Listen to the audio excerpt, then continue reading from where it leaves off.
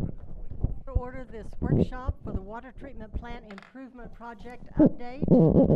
Steve?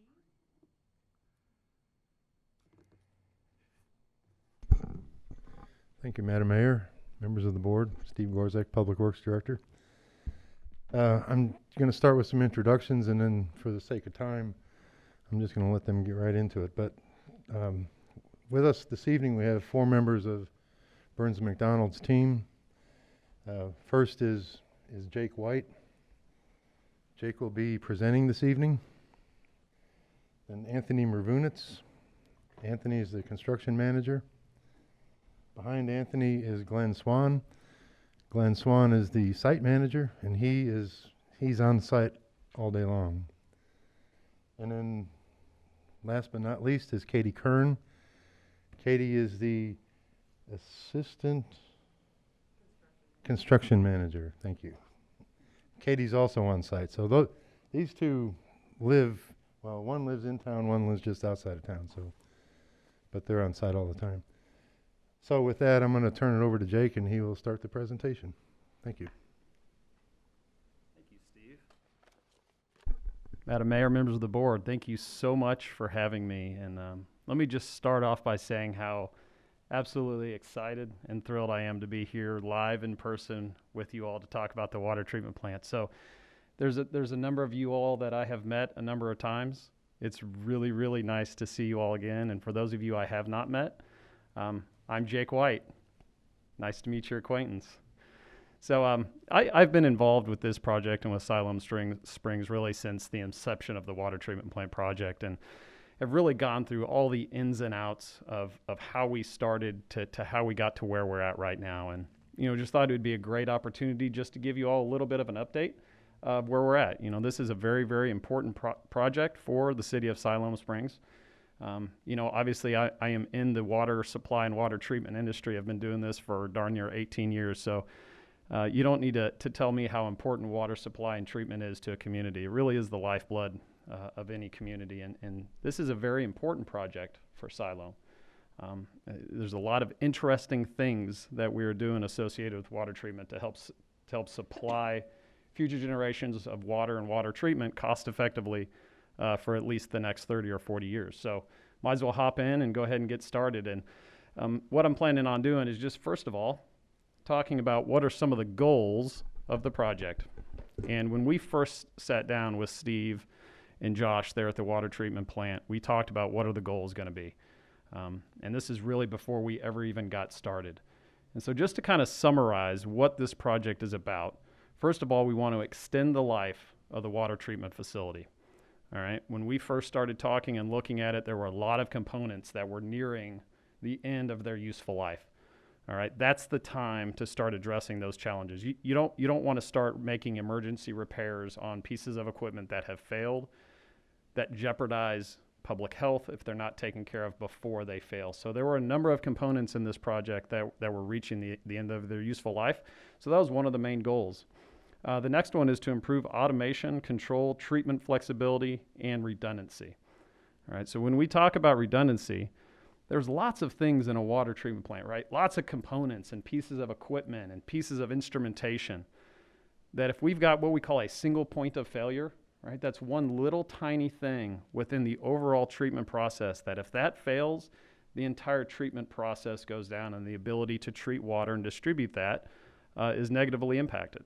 So we evaluated what those single points of failure are, right? We added some telemetry, some automation into the treatment process. And really what that does is it gives the operators, the people who are on site every single day, working their butts off to treat water, right? It gives them the tools necessary to have a little bit of flexibility in how they are ultimately treating this water. And again, maintaining very, very safe, and I say maintaining safe drinking water for the citizens of Siloam Springs. And also to meet projected water demands into the year 2040. So when you're looking at really those first two items that we're talking about, that we're wanting to address, right? Extending the life and adding some flexibility and some redundancy in there. At the same time, we want to make sure that the treatment capacity or the size of the plant and how much water this water treatment facility produces is going to be adequate moving into the future, right? You can only read the tea leaves so well. So we've looked at that planning horizon of really the next 20 years to say, what are we projecting these water demands to be? And how can we set this water treatment plant up so that you're not going to have to go back and add pieces of equipment or add basins, right? We want to make sure that at this point right now, this is the time to take a look at that planning horizon. So we've done that as well. And just a couple little notes on when the project will be completed and how far along we are right now. So we're anticipating what we term substantial completion to occur around January 2022. And what substantial completion means is that means the plant is ready to produce water and it is producing water. All right, the next step is that final completion. So some of you all may have some experience in the construction industry, right? There's checklist and punch list items that need to be taken care of. But really this plant, we're anticipating it being operational in January of 2022. And overall, percent complete, right now we're roughly about 45% complete. And when we talk about percent complete, it's, you know, a combination of engineering work, it's a combination of equipment procurement, it's a combination of actual construction itself. So I think really for all intents and purposes, right now we're about 50% done with this project. So we're making a lot of good progress. I'm really excited to show you all some pictures. I'm a very visual guy, right? And I would assume you guys probably like to look at pictures more than listen to me drone on about Lord knows what, right? So this is an aerial photo of what the water treatment plant looked like before we ever even got started. All right, so this is just, and I'm gonna try this pin out. See if I don't mess this whole thing up. Just spend a couple minutes talking about what your water treatment process is. All right, so you've got a river intake that brings raw water into the water treatment facility. And you can see these large body of water out there, right? Those are your raw water reservoirs. You've got the ability to store raw water on site and then bring that raw water into your treatment facility. Okay, so you've got an intake down at the river. You have the ability to put water and store it in your reservoirs, and then it goes through the treatment process. All right, so some of the main pieces of treatment equipment, right, your treatment process, we're going to look at these right here. These are called clarifiers. All right, the clarifiers really settle out water, right? Those heavy solids that are in the water, you add a chemical to it, those heavy solids settle out, right? It's the first step really of the treatment process, and then it goes into your filters. Okay, your filters are just exactly that, right? They filter out all of those contaminants. And then you send the water to your finished water storage areas here and here, and then that is then sent to town. So a really, really high level description of what the treatment process is exactly that. So this is what the site looks like now. And how recent is this photo? It was last week. All right, so we got fresh new information coming in. So this is what the plant looks like right now. And you can see obviously a number of things are different than here. Right? And we're going to talk about some of those here over the next few minutes. But progress is being made, right? It looks like a little anthill there, right? Lots of folks coming in and working on specific parts of this project. All right, so first and foremost, the raw water intake. And one thing I want to point out here is this is, again, before we ever began construction. And you can notice that you've got 1, 2, and 3 raw water pumps. Okay? One of the interesting things, and again, I'm an engineer, so I kind of like to get nerdy, and I think these types of things are pretty interesting. Not everybody always agrees with that, but I think it's really fascinating. One thing you can notice is how close together these pumps are. And when you're looking at how a pump operates, right, having them close together isn't necessarily a good thing. They actually can interfere with each other in how they operate. These pumps were failing. These pumps were having to get rebuilt. And the reason for that is because they were located too close together. So they were really fighting each other for water, kind of starving each other for water, and they were getting chewed up. So one of the things, and we haven't got to this part of the project yet, right, is replacing these three pumps with 2 brand new pumps for y'all. And there's a lot of other components inside of this intake that we're going to be dealing with. This is an aerial photo of the intake. So for those of you that have not been out there, you've got your raw water pump station down here. You've got an electrical building and a chemical feed building right there. The improvements we're making at the pumps also include electrical improvements at the intake as well. So that's what this building is right here. right? It's an electrical building to house all of the electrical gear, and there's a lot of things that go into, you know, the electronics of making sure that this is a reliable water treatment plant. And it really all starts at the intake, making sure that the system is going to work, it's going to work well, and it's going to work well for the city, at least for the next 20 or 30 years. No, it's the Illinois River. Yep. No, absolutely. Please ask questions. It can be Lake Francis.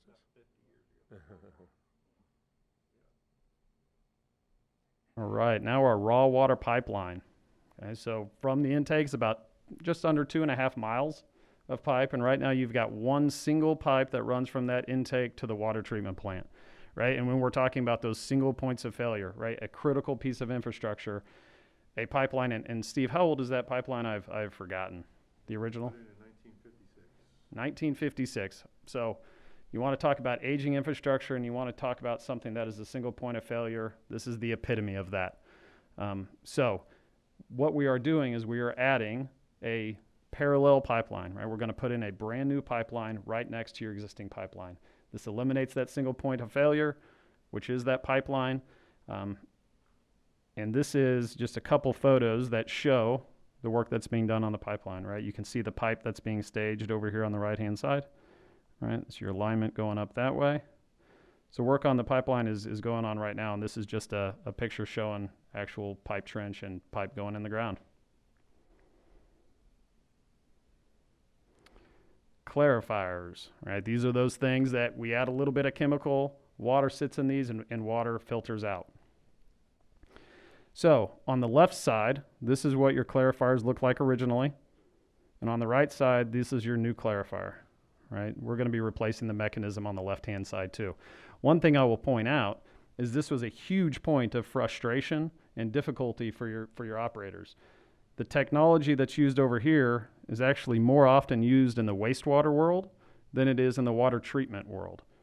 All right, so going in with actually the correct type of clarifier makes operations easier, right? And it actually also improves water quality coming out. So you get two things here. One, this is aging, it's getting old, it's close to failure, it's the wrong technology, and it's very, very difficult to operate to maintain safe water. On the right, you can see the new mechanism that's going in that's specifically made for this application, right? For specifically for your type of water that you've got.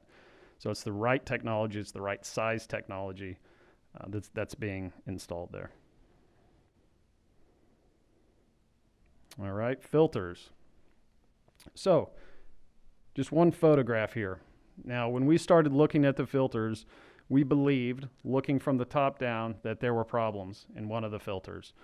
And we went through and did a filter evaluation and confirmed that.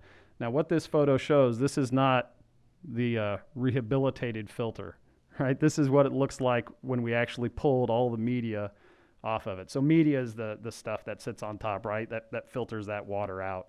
So this is what it looks like, what it looked like underneath. And you can see a lot of things, right? Look right up there. Looks like it's falling apart. It looks like it's falling apart because it is falling apart. And when something like this is failing, what it causes is water can find its way through the filter a lot easier than it should. And the easier water makes its way through the filter, the more stuff can pass through as well. So as we uncovered this, we realized that there were problems with the filter down towards the bottom, right? You can't see it if you were to go out there and look at it with all the stuff on top. But after you got down in there, you can absolutely see it. So this is being rehabilitated there in the filters. And then the last piece of equipment I'm going to talk about today is the chemical feed system. So if you were to go out there and look at the plant, the chemical systems were located really in about 3 different places around the plant, right? There wasn't one place an operator could go to modify chemical dosages or check to make sure that chemicals is being injected the way it should be. And so what we did, and this is one of the items I wanted to make sure I brought up to you, is the collaborative environment that we started this project on and we have been working on throughout the entirety of this project. And, you know, this project is being done design build. And what that means is you've got the engineer and the designer and the builder working together to determine what is the best option moving forward from the constructability standpoint, from the cost standpoint, obviously from the design standpoint. And it's not just the engineer and the contractor working together to make these decisions. When I say collaborative environment, it truly does mean collaborative with the city as well. And this is one of these areas when we were looking at all of these alternatives and all of these options, right? How can we do this as cost effectively as we possibly could? We were all brainstorming, sitting down and coming up with options. And Josh and his staff actually came up with this idea, right? They brought it to the table and saying, hey, let's take a look at this. What do you guys think? We said, we'd love to take a look at it. So what this building originally was, is this housed chlorine gas, okay? In big, huge cylinders of chlorine gas. We knew that one of the key items that we wanted to make sure we address is getting rid of chlorine gas. Okay, chlorine gas can be dangerous. We all know that. So this building housed chlorine gas. And Larry and Josh came and said, what if we were to take the chlorine gas out and actually turn this into the chemical feed and storage area? And we looked at it, and it was absolutely feasible. It was more cost effective than building new. And so we sat down as a group and said, man, this is exactly how this process should work, right? This is truly a team with everybody involved and engaged on a day-to-day basis to make sure that we're making the best decisions for the city. So this is just showing kind of in progress how those modifications were made. So originally, all of these walls were not in there. Trucks could drive in right through this way between these pillars and drop off their tanks. And so repurposing existing infrastructure that is structurally sound, but making it better and making it more specifically applicable to the city, I think is just it's a great story. It's a great story of exactly how this type of project and process should work. So there you have it. That's an update of where we're at right now with the plant. And you know, obviously, if you guys have any questions or comments or thoughts, would love to address them with you. And we've got a number of our construction folks here as well. So, you know, they're in the day-to-day, the nitty-gritty of all of this. So I do have, I really appreciate this presentation, and it explains a lot, and I'm really excited about it. My one question is, because I've been in construction, sometimes there is a surprise. mm-hmm. Did you have any extraordinary surprises as you've been going along? You know, I don't think there really were or have been yet any extraordinary surprises. And, you know, it's kind of one of those what lies beneath sort of mentality. You know, you never know until you really get in there. So, you know, I would say no. And Anthony? Yeah, absolutely. I think, Anthony, would you? Thank you. So part of the design build process was we helped come up with a list of things for Steve to think about of the what ifs and make sure that you guys had some money stashed away for that, you know. And a big one right now, the biggest one that we thought could be a threat was rock along the pipeline. So far, I don't know how many feet we've laid, but we haven't hit any rock. We did test borings throughout it, and you know, of that 2.3 miles, we did 20 or 30 of them. You know, those tests said you're not going to hit any major rock, but obviously you could hit pockets.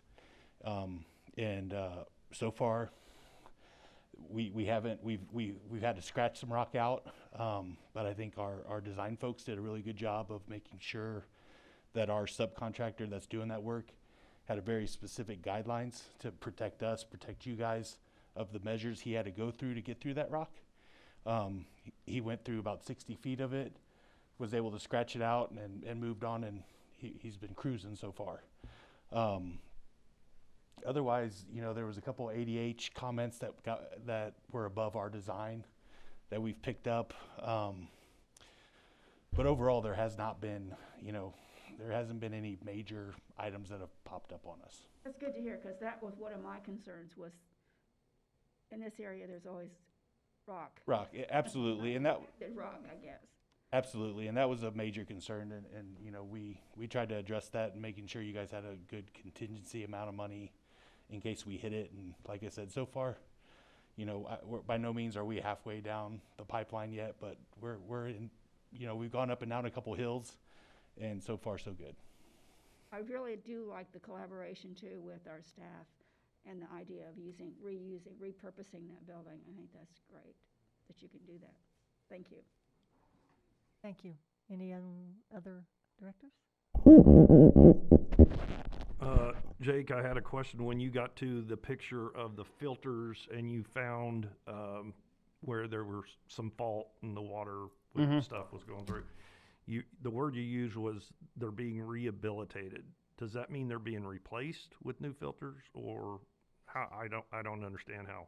Yeah, absolutely. So when I think of a filter, right, there's lots of components to it, and you've got concrete, right? You've got some pieces that are around it, right? Some piping and things like that was really in good shape. So it's not being replaced. We're not tearing everything out and putting new in. But these are called under drains, okay? And these under drains are not being rehabilitated. They are being replaced. Okay, that was the question I had right there, was that whole thing right there. There's not enough Gorilla Glue to fix that. I was like, man, I hope that's not being fixed. I hope it's being replaced, because that's some nasty looking stuff. And you can see the holes in it. Oh, yeah. Where you circled it, so. Yeah. That was one of the things we were wondering. We were like, well, should we put this picture in? Because I didn't have a picture of it actually being replaced. And as Anthony just said, this is actually done. It has been rehabilitated. But I think it just shows, what due diligence does at the beginning and saying, hey, we've got a problem with this filter. We need to make sure we address it. And you were right. You don't know until you get all the top stuff off of it, what you have down on the filter. So Yeah. It's good that you showed us that. I appreciate it. And one thing that we did is just having that due diligence at the beginning to say, we believe there is a problem here, and we actually had our staff come in very early on and core it out and take a look down there just to confirm that this did need to get taken care of. Yes, sir. Anyone else? If not, Jake and everyone, we thank you for being here, bringing this information to us. We look forward to another update perhaps in the future. Absolutely. And again, thank you so much for having us. I'm excited to get out and about.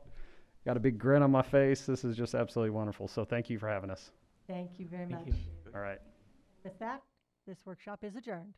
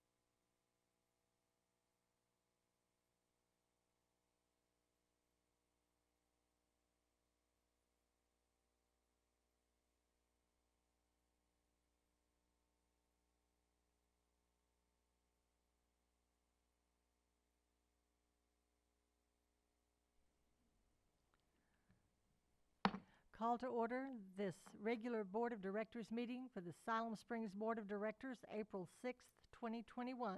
Roll call. Appington, Here. Here. Here. Hunt, Here. Rissler, Here. Allen, Here. Here.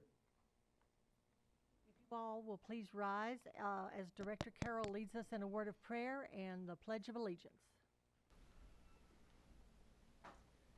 Let us pray.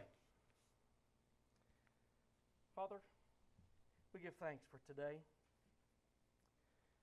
for the opportunity to be the people, the individuals that you called us to be, that we may continue to become the community that you called us to be, and may truth be exposed and given full measure as we prepare for your future. We ask these things in Jesus' name. Amen. I pledge allegiance to the flag of the United States of America and to the republic for which it stands, one nation under God, indivisible, with liberty and justice for all. You may be seated. I would like to ask that anyone that has an electronic device be sure and silence that, please.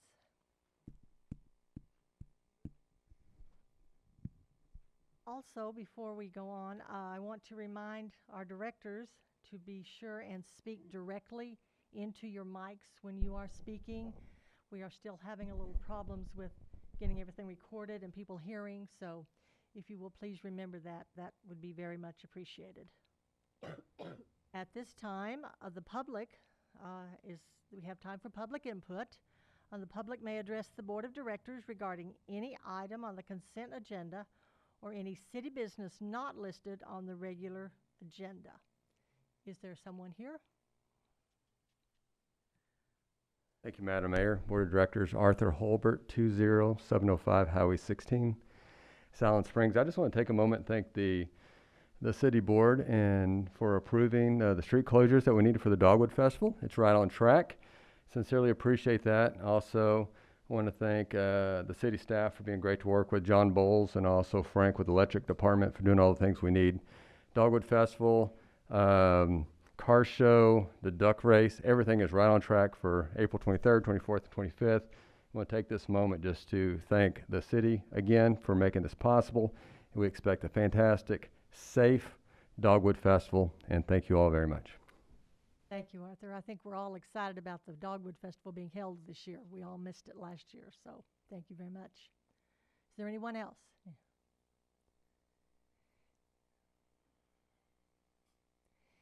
If you will please state your name and address, and you will have 3 minutes.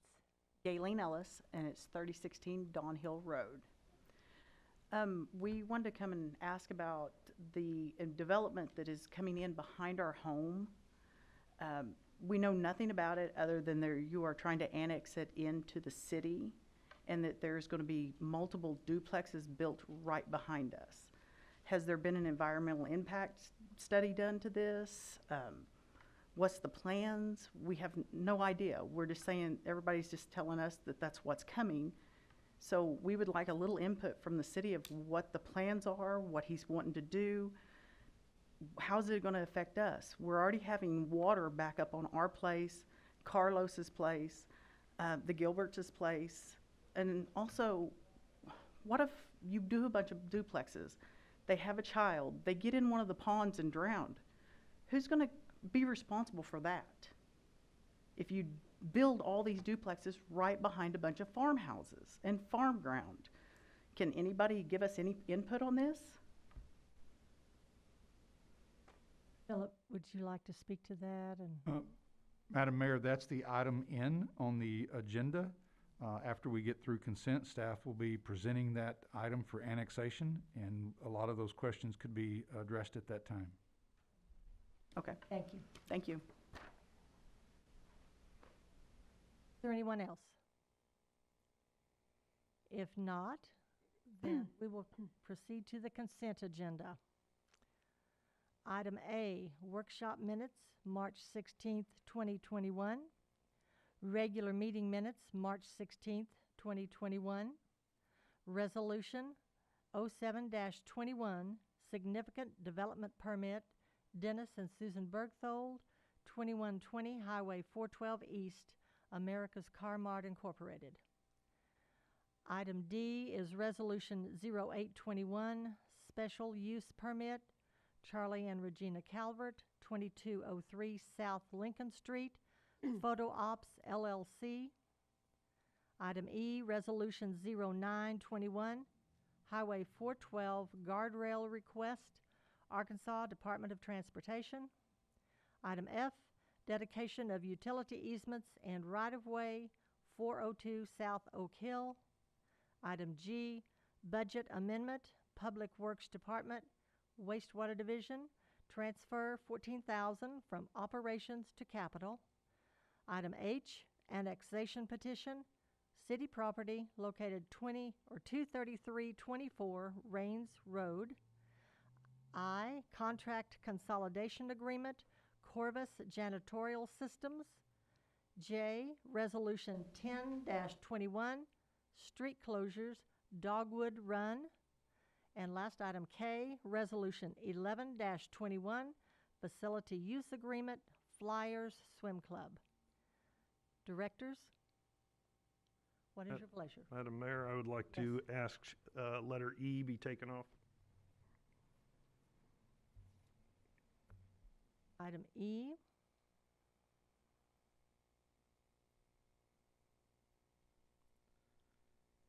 Anyone else?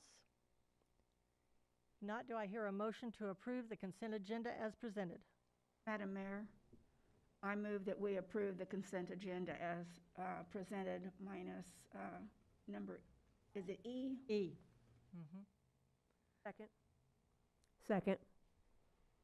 Motion and a second to approve the consent agenda with item E removed. Roll call. Wiley, Yes. Burns, Yes. Hunt, Yes. Rissler, Yes. Allen, Yes. Carroll, Yes. Sappington. Yes. Approved. Director Allen, you ask for item E to be removed for the Highway 412 guardrail request. Right. Have a specific concern or question about this item? Yeah, this was maybe something everyone else here knew, but being new to the board, I was educated today by asking a few questions of the previous time that this happened. Since we recently had a wreck there, there was a lot of concern, I know, from the city having made a request of the highway department back in 2019 when the first accident happened at this pond, the entryway pond near Highway 412. And just as a member of the public, I never understood why there was not a guardrail put. And now I realize that it was requested and turned down by the state based upon the state saying there was not enough traffic flow or whatever they told us. My problem is that a child died with that accident, no fault of his own, because the vehicle turned upside down and he drowned. For anyone to be saying that this is something that could be prevented if people knew where they were driving or if they were paying attention or whatever. This most recent accident, what I understand is that the woman who was hit, the woman who was drunk hit her, and her vehicle could have easily gone into the pond. No fault of her own. For us to be asking the state and suspecting that they will turn us down again, and that all the property between the highway and the pond is within the city, within the state's right-of-way, I agree completely. We need to be requesting this, but I would like us to further state that if the state is not going to do it, we will do it. This is a dangerous place. We've seen the school system take action with them having 2 accidents with vehicles driving into their school, and they're going to take action on their own, I think, to protect the public, which I'll say it till the day I die. I've said it the entire time I've been on city government. The number one responsibility of any government, federal, state, or local, is the public safety. And yes, you can do things till you're blue in the face, and they do get taken out of control and take away people's freedom. That's not what this is. This is something that could be done that could prevent a future accident. And we have the evidence of what has happened already. Frankly, I was surprised it wasn't done when the thing was built. But we should be being proactive for the future now, as the school is being.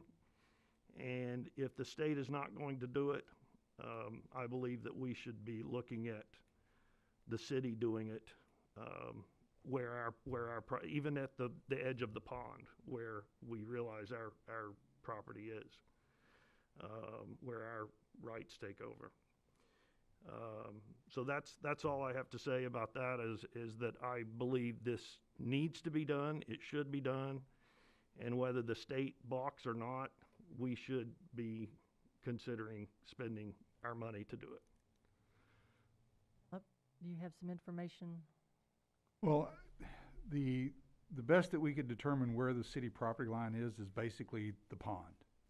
So everything between that wall and the highway appears to be in the state right-of-way. I don't believe the city has the authority to go install something in the state right-of-way without the highway department's permission. In 2019, when we sent the request to the highway department, we offered to pay for the cost of a guardrail. We didn't want we weren't requesting a metal guardrail that you see on some of the highways. We were requesting something that was a little bit more decorative rather than just a metal guardrail. The highway department said no.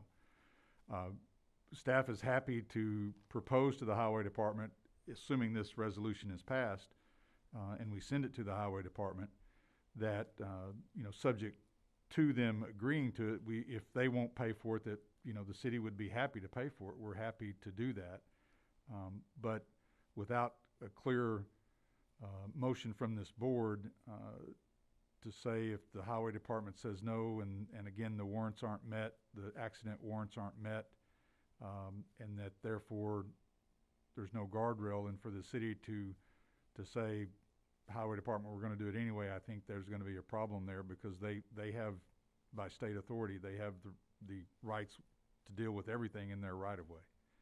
But that's up to the board. Again, we have no problem in, my idea of submitting this resolution to the board was to try to add a little bit more weight to the request when it goes to the highway department this second time. The first time it was just a letter signed by myself and the city engineer, or I think the city engineer sent an email, and that's how the process went. This time I thought, from the standpoint of having a formal resolution adopted by the board, it might add a little bit more weight to the request. But if the board's in agreement, we don't have any issue with adding a statement that if the highway department, won't pay for it, we'll be happy to spend the city money to pay for it, subject to the highway department giving the city permission to install the guardrail, or better yet, more than likely, it would be the highway department would install it, and we would just pay them the cost.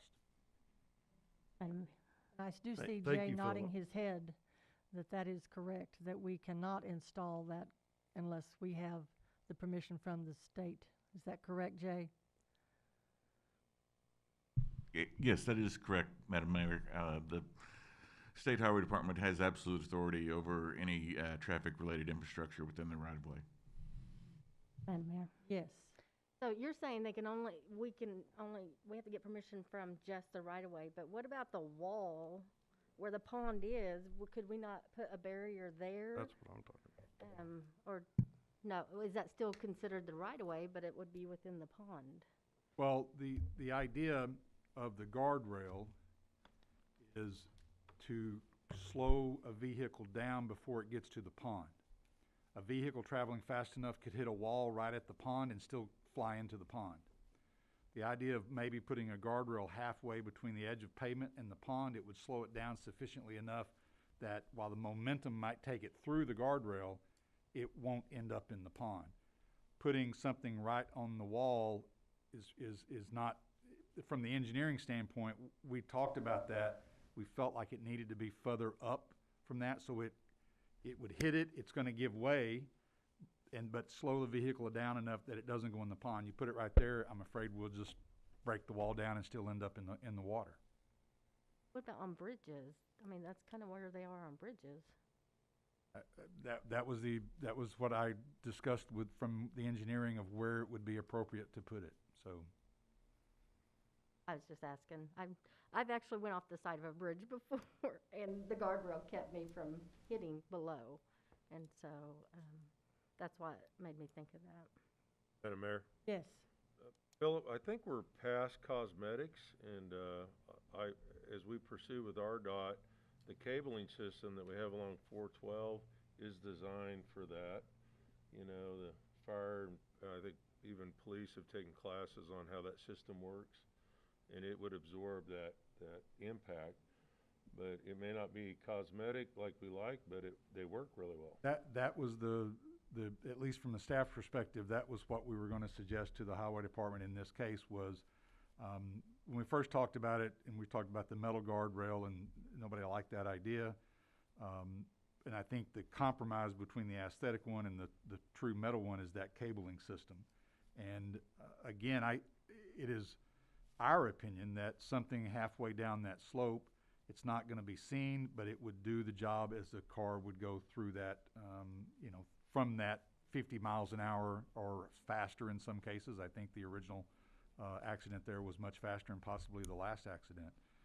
But that's the goal, to try to get the highway department's attention again, to say this is very important to this city and we feel like it needs to be done. And if we don't do it, you know, even though it's been maybe 20 years with only 2 accidents, it's going to continue as traffic continues to increase on 412. Madam Mayor? Yes. What about Philip, if we looked at, instead of just completely the grass covering, also having a different material there that would also slow the car down? Well, it's something we can ask the highway department. Again, it's in their right of way, so, Right. You know, we can ask them maybe if they have any other ideas in lieu of a guardrail. If you want to install a guardrail, give us some other ideas to try to do that. I think you recognize that we don't have a picture of it, but the idea of a guardrail would start sort of behind that new city sign and make the curve and come down along 412 and then make the curve going back around sort of the Main Street side. So I don't know how all that would fit with some sort of ground cover to do that, but the idea is at least to try to, again, put the idea back on their table and see what they say and try to come back with a solution. Well, I think we should go ahead and put a little more muscle behind this and see where it gets us, but I don't want to burn any bridges with the highway department either. And that was the thought process to bring the resolution forward, was a little bit more, maybe more muscle with that resolution. Yes, Devin. No, and I understand that, Philip, and I think this is the best route. I knew what you were planning to do with this, and this is the best route to go, without a doubt. What I'm trying to say is, I don't quite understand why RDOT cares about anything on our grassy property. It doesn't affect the highway. It doesn't affect the flow of the traffic. What skin is it off their teeth? We're trying to save lives. We've already lost a child and had to go through the school that had him dealing with the grief of that as well as his family. So we all know, dealing with state government, it's who you know, and they almost always allow cities to do what the city requests within their city limit, within reason. This is not an unreasonable request, and I think this is by far the best route now. What my point is if they still turn us down, I believe we still need to do something.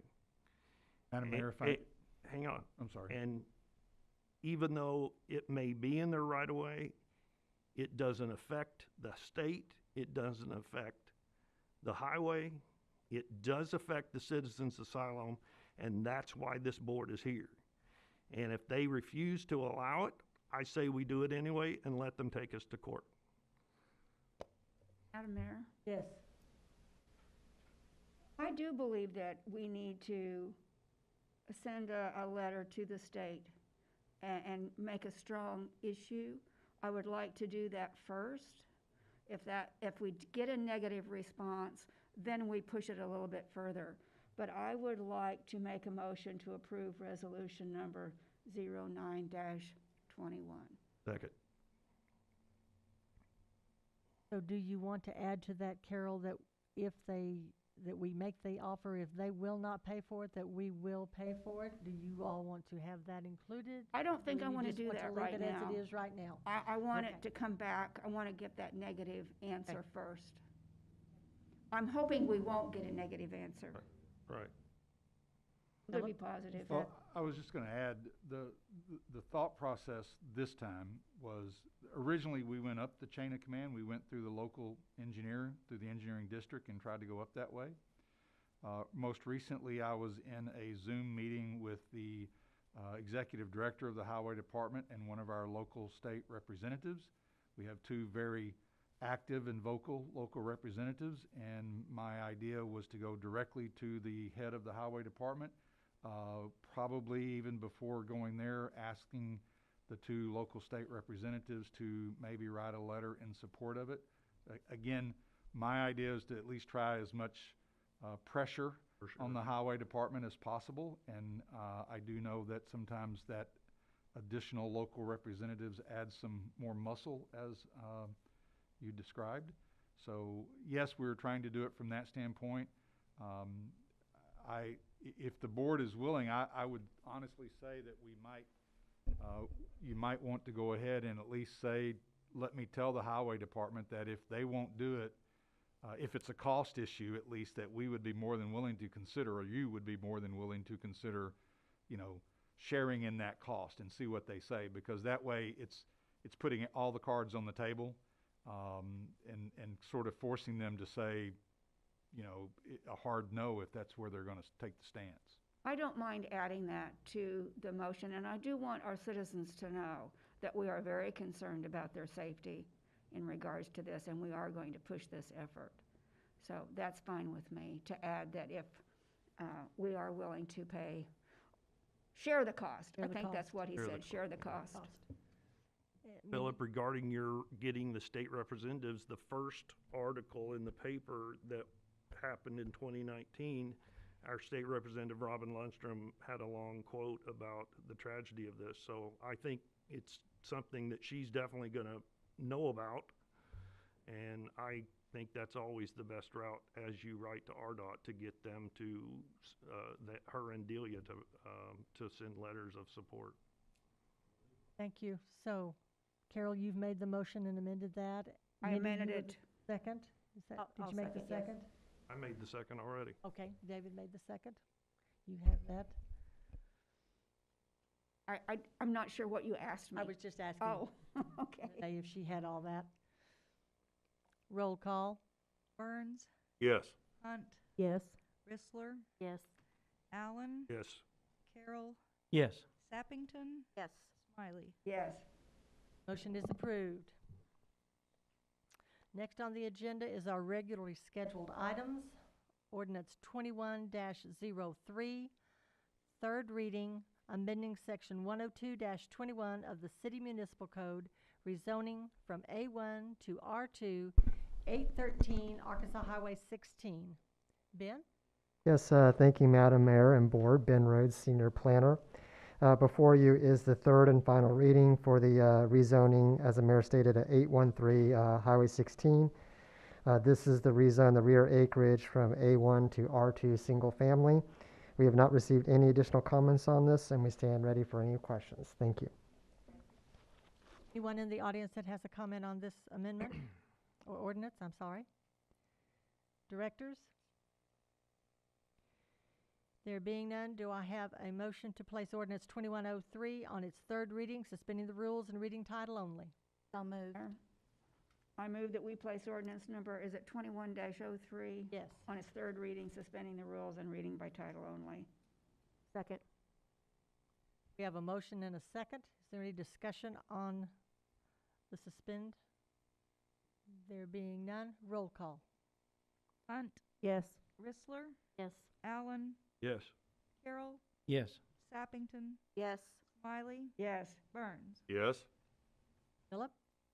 Ordinance number 21-03, an ordinance amending section 102-21 of the Siloam Springs Municipal Code, City Zoning Map, rezoning from A1 to R2, property located at 813 Arkansas Highway 16.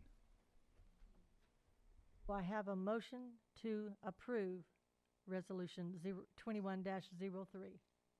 So moved. Second.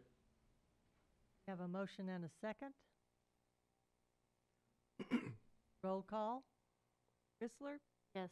Allen, Yes. Carroll, Yes. Sappington, Yes. Smiley, Yes. Burns, Yes. Hunt. Yes. Motion is approved. Next item is ordinance 21-04, third reading, amending chapter 102, floor to area ratio. Ben? Yes, thank you again, Madam Mayor and members of the board. Before you is the third reading for the code change to remove the floor to area ratio from the residential zone districts and also to amend the H1DT overlay district with that same rule. We have not received any comments on this since the second reading, and we are available for any questions. Thank you. Is there anyone in the audience that has a comment? Directors? There being none, do I have a motion to place ordinance 21-04 on its third reading? Madam Mayor, I move that we place ordinance number 21-04 on its third reading, suspending the rules and reading by title only. Second. We have a motion and a second. Roll call. Allen, Yes. Carroll, Yes. Sappington, Yes. Smiley, Yes. Burns, Yes. Hunt, Yes. Rissler. Yes. Motion is approved. Philip? Ordinance number 21-04, an ordinance amending chapter 102 zoning code of the municipal code with respect to floor area ratio. Do I have a motion to adopt ordinance 21-04? So moved. Second. Motion and a second. Roll call. Carroll, Yes. Sappington, Yes. Smiley, Yes. Burns, Yes. Hunt, Yes. Rissler, Yes. Allen. Yes. Ordinance is adopted. Next item is ordinance 2106, first reading, annexation of 25.57 acres, 23006 Lawlis Road. Ben? Yes, thank you, Madam Mayor, members of the board. In this ordinance, you're looking at an annexation off Lawlis Road. This is taking in 25.57 acres into Ward 1. The proposed zone is R3, that's residential 2-family. And this is covering the same territory that is consistent with the Lawlis Ranch Phase 2 through 5 preliminary plat. This slide has the blending of both the medium and lower density housing that we believe fits within the R3 zone when accounting for the existing subdivision to the west, which is phase 1 of that same addition. So, of course, this is the future land use map with the two shadings of the two different densities. So staff did analyze the housing density when blending in both areas by its acreage size as shown. And the proposal does fall below the minimum density suggested by the future land use map when factoring in for the 2-family dwellings on the approved lots. This calculation, it was included in the staff report memorandum. Here is the site plan that was provided with the application. You can see that this covers the whole area that's designated for the approved preliminary plat. And speaking of that plat, here you see the approved preliminary plat. I'm showing this to you so you can see the context of the request for the R3 zone. The intent here is to match the zone with what is approved with the preliminary plat. These lots are sized appropriately for the standard two-family housing. And here you see the area. The established phase 1 of Lawlis Ranch is to the left, with the construction, as you can see, underway for phases 2 through 5, with the beginnings of the street being cut in. The annexation is now needed as the property has the opportunity to be added to the city, whereas when the preliminary plat was approved back in 2019, the property to the west was not yet annexed in, so it couldn't annex in at that time. So that's why this is before you today. Lastly, we did receive an email yesterday that should have been forwarded to you from the occupant of 2670 Don Hill Road, which is outside city limits. And as a reminder, the preliminary plat is already approved at this point. So the only matter before the board is the annexation of this property and its zoning. And with that, staff is available for any questions on the annexation. Thank you. Is there anyone in the audience that would like to make a comment on the annexation? Oh, audience. We'll come to the microphone, please. Give us your name and address again, please. Gayleen Ellis, 3016 Don Hill Road. We just bought the property. You can see our house right there, and if they get this annexed in, they will be in my backyard pretty much. The Gilberts also, it's going to meet their property and also Carlos's, and we're all three opposed to it. We do not want that many houses in our backyard. It's going to affect lots of different things. I have beehives, and if you do that, it's going to affect my extra income, which is my bees and my honey. The Gilberts, they have cattle. Back to that, it affects us. And nobody's, like I said, we've had no input from anybody of what they're going to do other than just build houses. So, like I said, the more information we get would be helpful. I appreciate it. Thank you. Thank you.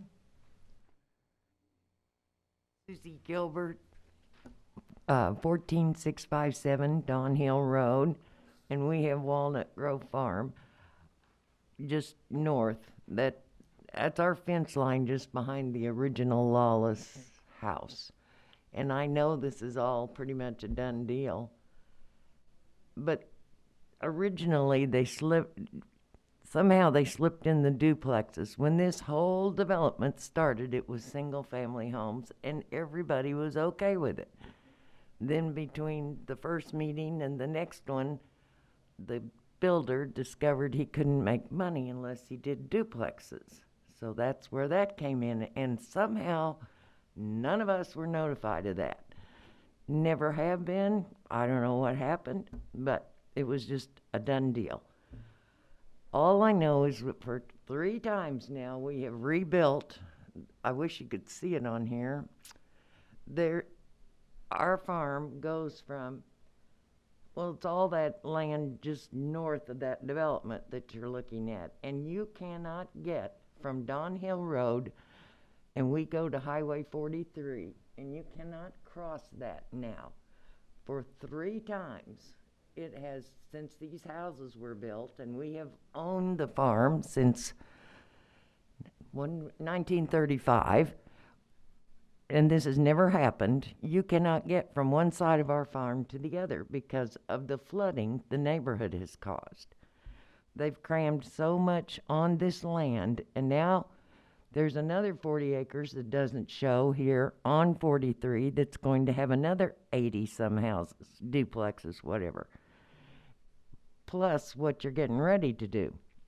We've lost Three times we've rebuilt the road across it's a road that goes from north to south to north, splits our farm. It's just a farm road, but it's washed out to the tune of $10,000 each time.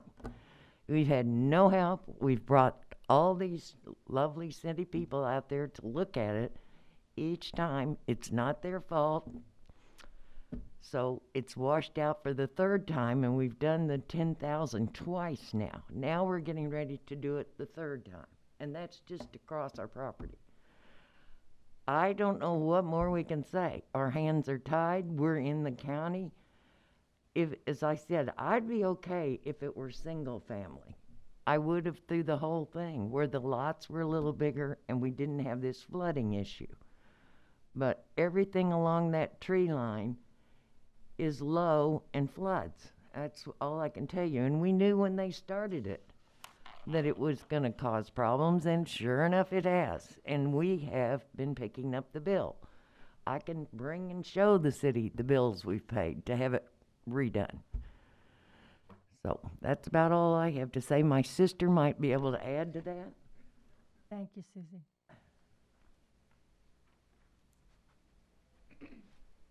And I'm Ruthie Lansaw, and our address is 14481 Donhill Road. I'm sorry.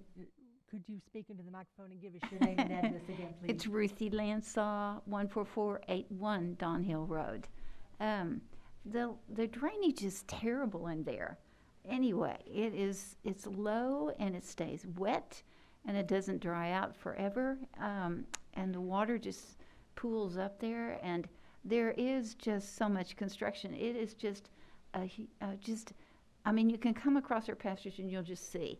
There's a road, the water has washed a road through our property like crazy. And we have a crevasse that's just incredible. You can't believe that it's washed that much gravel out. But every time these rains, the big rains, and we keep having them come, we lose that whole road. And it's been $10,000 at a whack just to try to get it back so we can get to the other side of the property. And it's about to be still more. What is it, Charley addition? Is that what it's called? As it goes towards 43, because there's another 40 acres. But so this will go on and be still more. It's just, and I don't know, we tried to talk to the county. This is kind of the county that's kind of letting this happen too.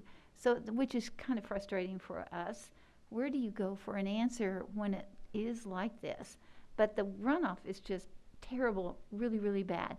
So there just isn't anything to stop it that there was before, with all the driveways and the paving and the rest of it too.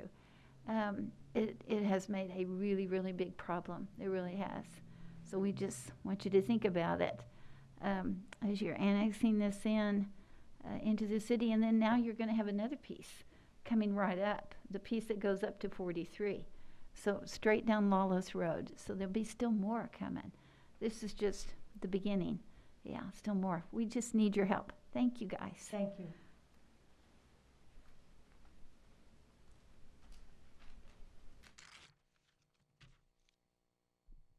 Hi, I'm the spare part, Bob Lansaw, to Ruthie Lansaw, 14481 Donhill Road. The problem that we had on the one that the county put in is they built a holding pond, but it has been very inadequate, and that's how we've lost our road. And because every time, well, I think we've had a 5-inch rain and a 3-inch rain and a 7-inch rain, and each time that holding pond overflows, and this is just adding to more runoff for our road, trying to get from the east side to the west side. And so if you all could just make sure that they stop this runoff is what's killing us on the farm. Thank you. Thank you. Anyone else? Before I turn this over to the directors, I will remind you that we are voting on the annexation only, that the preliminary plat has been approved. So, directors, any comments or questions? Yes, David. I've got a question for Ben. Ben, this 25 acres, it encompasses the phase 1 too, right? I mean, it encompasses what's already been built. Is that correct? It encompasses phases 2 through 5. Phase 1's already been annexed in. Oh, okay. I thought you'd said a minute ago phase 1 had not been. No, phase 1 is in, 2 and 5 it's not. Okay, so the 55 duplexes are going on the 55 or 25 acres. The existing duplexes you see in the corner of the picture are already inside city limits. No, I'm talking about the new development, the 55 duplexes that the audience members are talking about. They're going to be on the new annexation, the Correct. 25 acres. Yes, Okay. the part that's under construction, right. Is there other stuff on that 25 acres that will be built? Just housing.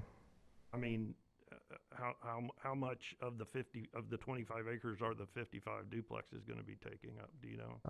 This is the preliminary plat here.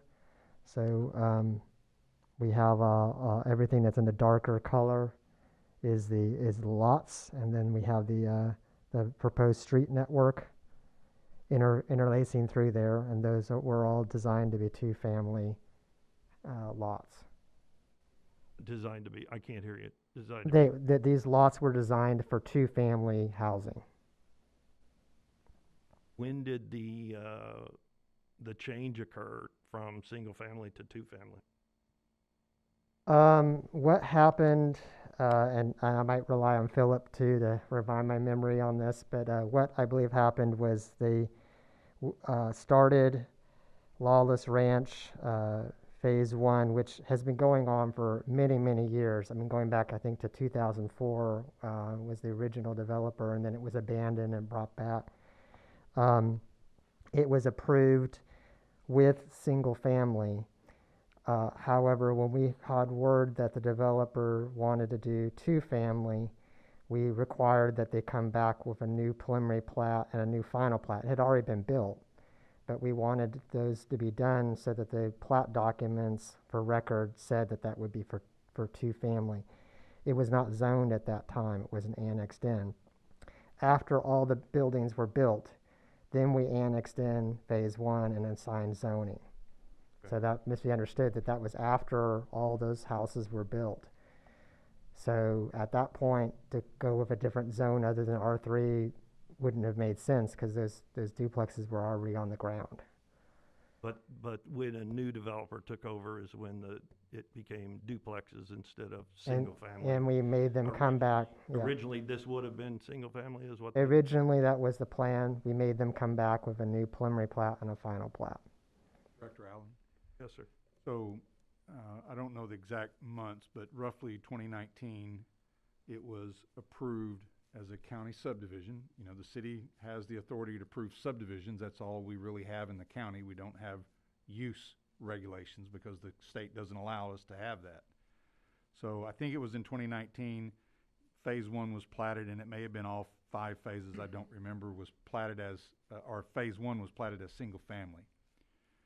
We went through the process of notifying the neighbors. As per code, it went through the planning commission and the city board. They got approval of the preliminary plat. And then as it was being built, or around the time that the subdivision was built before the final plat occurred, we found out that they were going to build duplexes.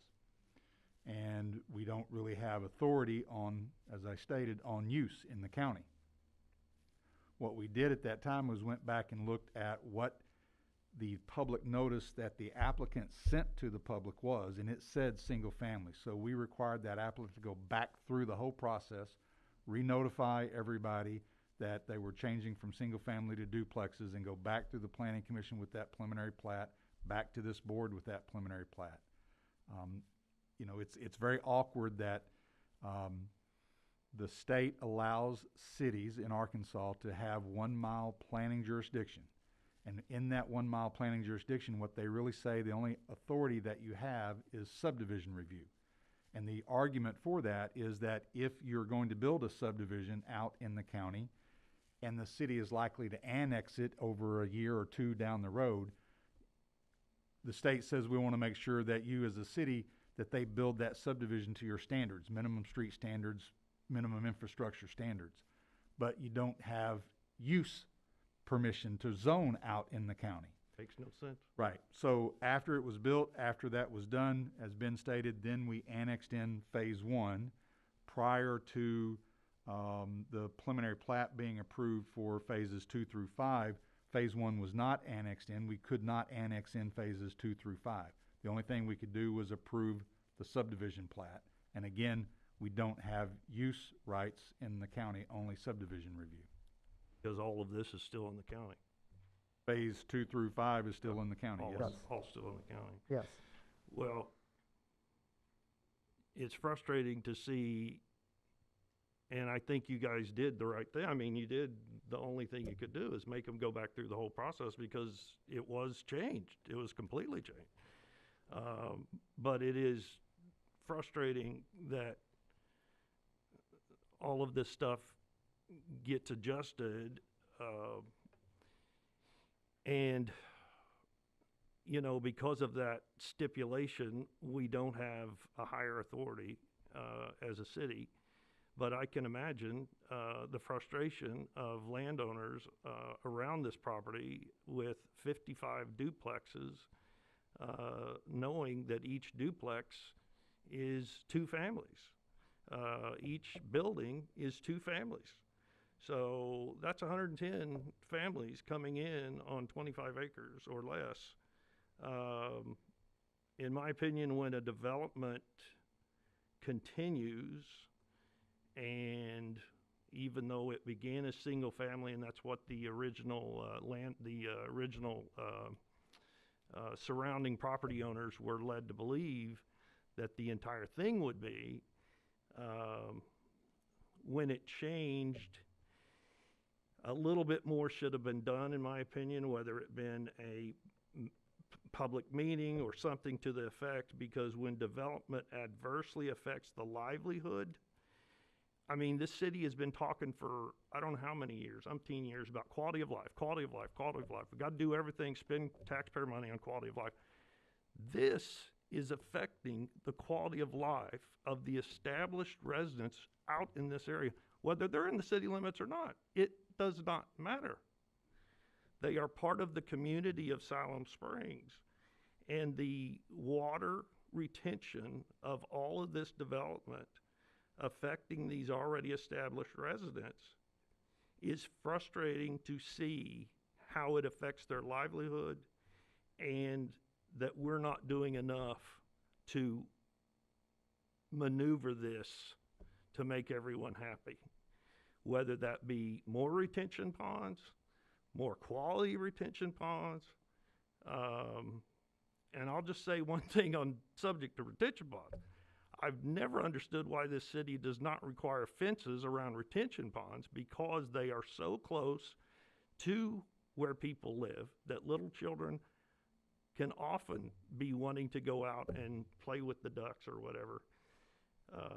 I know that's not the subject, but it is frustrating that we get off on these other things, that it's all about money. It's all about making money. It always is. And it's frustrating that our long-term families that have lived here forever, and I know Carlos Padera, he's been there for a long, long time.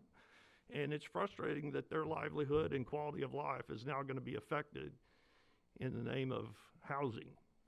Madam Mayor? Yes. I don't have a question about whether it's 1, 2, or 3. I mean, this is an annexation. This is what we're voting on. But I do have a question that when you're in the city and they're annexed into the city, we do not allow them to pour water onto an existing development. Is that correct? That is correct, yeah. But these developments that we're looking at are not in the city, am I right? The ones that we're talking about, Mrs. Gilbert, they're on Don Hill, is that correct? And they're not in the city. So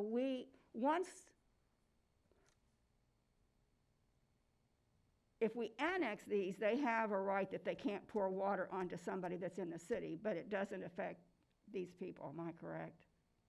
Yeah, Somehow we need to I feel we need to make sure we're not pouring water on them, but I don't know how we do that. Yes. If we could ask Justin, the city engineer, to come up and help walk through that. Director Smiley? I can't see you, but yes. So for everybody's clarity, it's not an issue of pouring water. It's an issue of retaining the increase in the amount of water. So and Justin can speak to this better than I can because he's the city engineer, but for layman's terms, because that's me, the idea is that in its natural state, in a typical rainfall, there is so much amount of water running off the property. And when we develop, we're going to increase the amount of runoff in total total amount of runoff. Which we have already approved. Yes, but the idea with detention ponds is to hold that increased amount of runoff back and let it run off over a longer period of time at the same rate that it ran off before. Does that make sense? So, before there was 1 gallon per minute running off a parcel of land in its natural state. Well, I build a house on it and I put streets in there. Well, now there's 5 gallons a minute that run off naturally. So the idea is to hold back 4 gallons over those minutes to let 1 gallon continue to flow off the property. So the volume of runoff stays the same. It just happens over a longer period of time because the water's got to go. I'm sorry, I need to get you to speak in the mic. Speak in the mic, please. Which you do with the retention or the detention ponds. The detention ponds, yes. And this is interesting because my husband and I just had a conversation, and I know this is getting off the subject, about fencing, retention, and detention ponds because of what Director Allen said with kids. But anyway, go ahead. Tell me what this is going to do. Justin Bland, city engineer. Well, I'll just kind of give you just a general overview of the site and just kind of what I think is going on.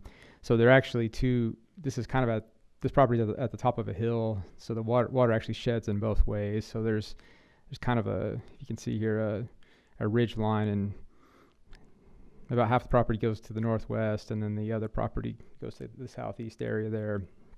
And so there is the existing detention pond for phase 1 is up here in this northwest corner. And it is a detention pond. It holds water, it drains off, and it's a dry bottom. Phase 1.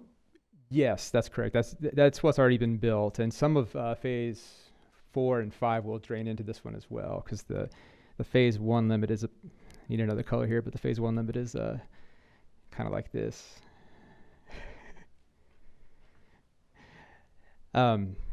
So that pond has been there, and actually it's been there for 12 years probably, because this first got built or started back in maybe 2006, 2007 with the first iteration. So we've reviewed this pond. I went out and met with the Gilberts on their situation, and I certainly understand what's going on out there. I disagree that it's caused by this development. There's approximately like 150 acres that drains to that point, and of that, only 10 of it's in this. So it's a really small portion of the area.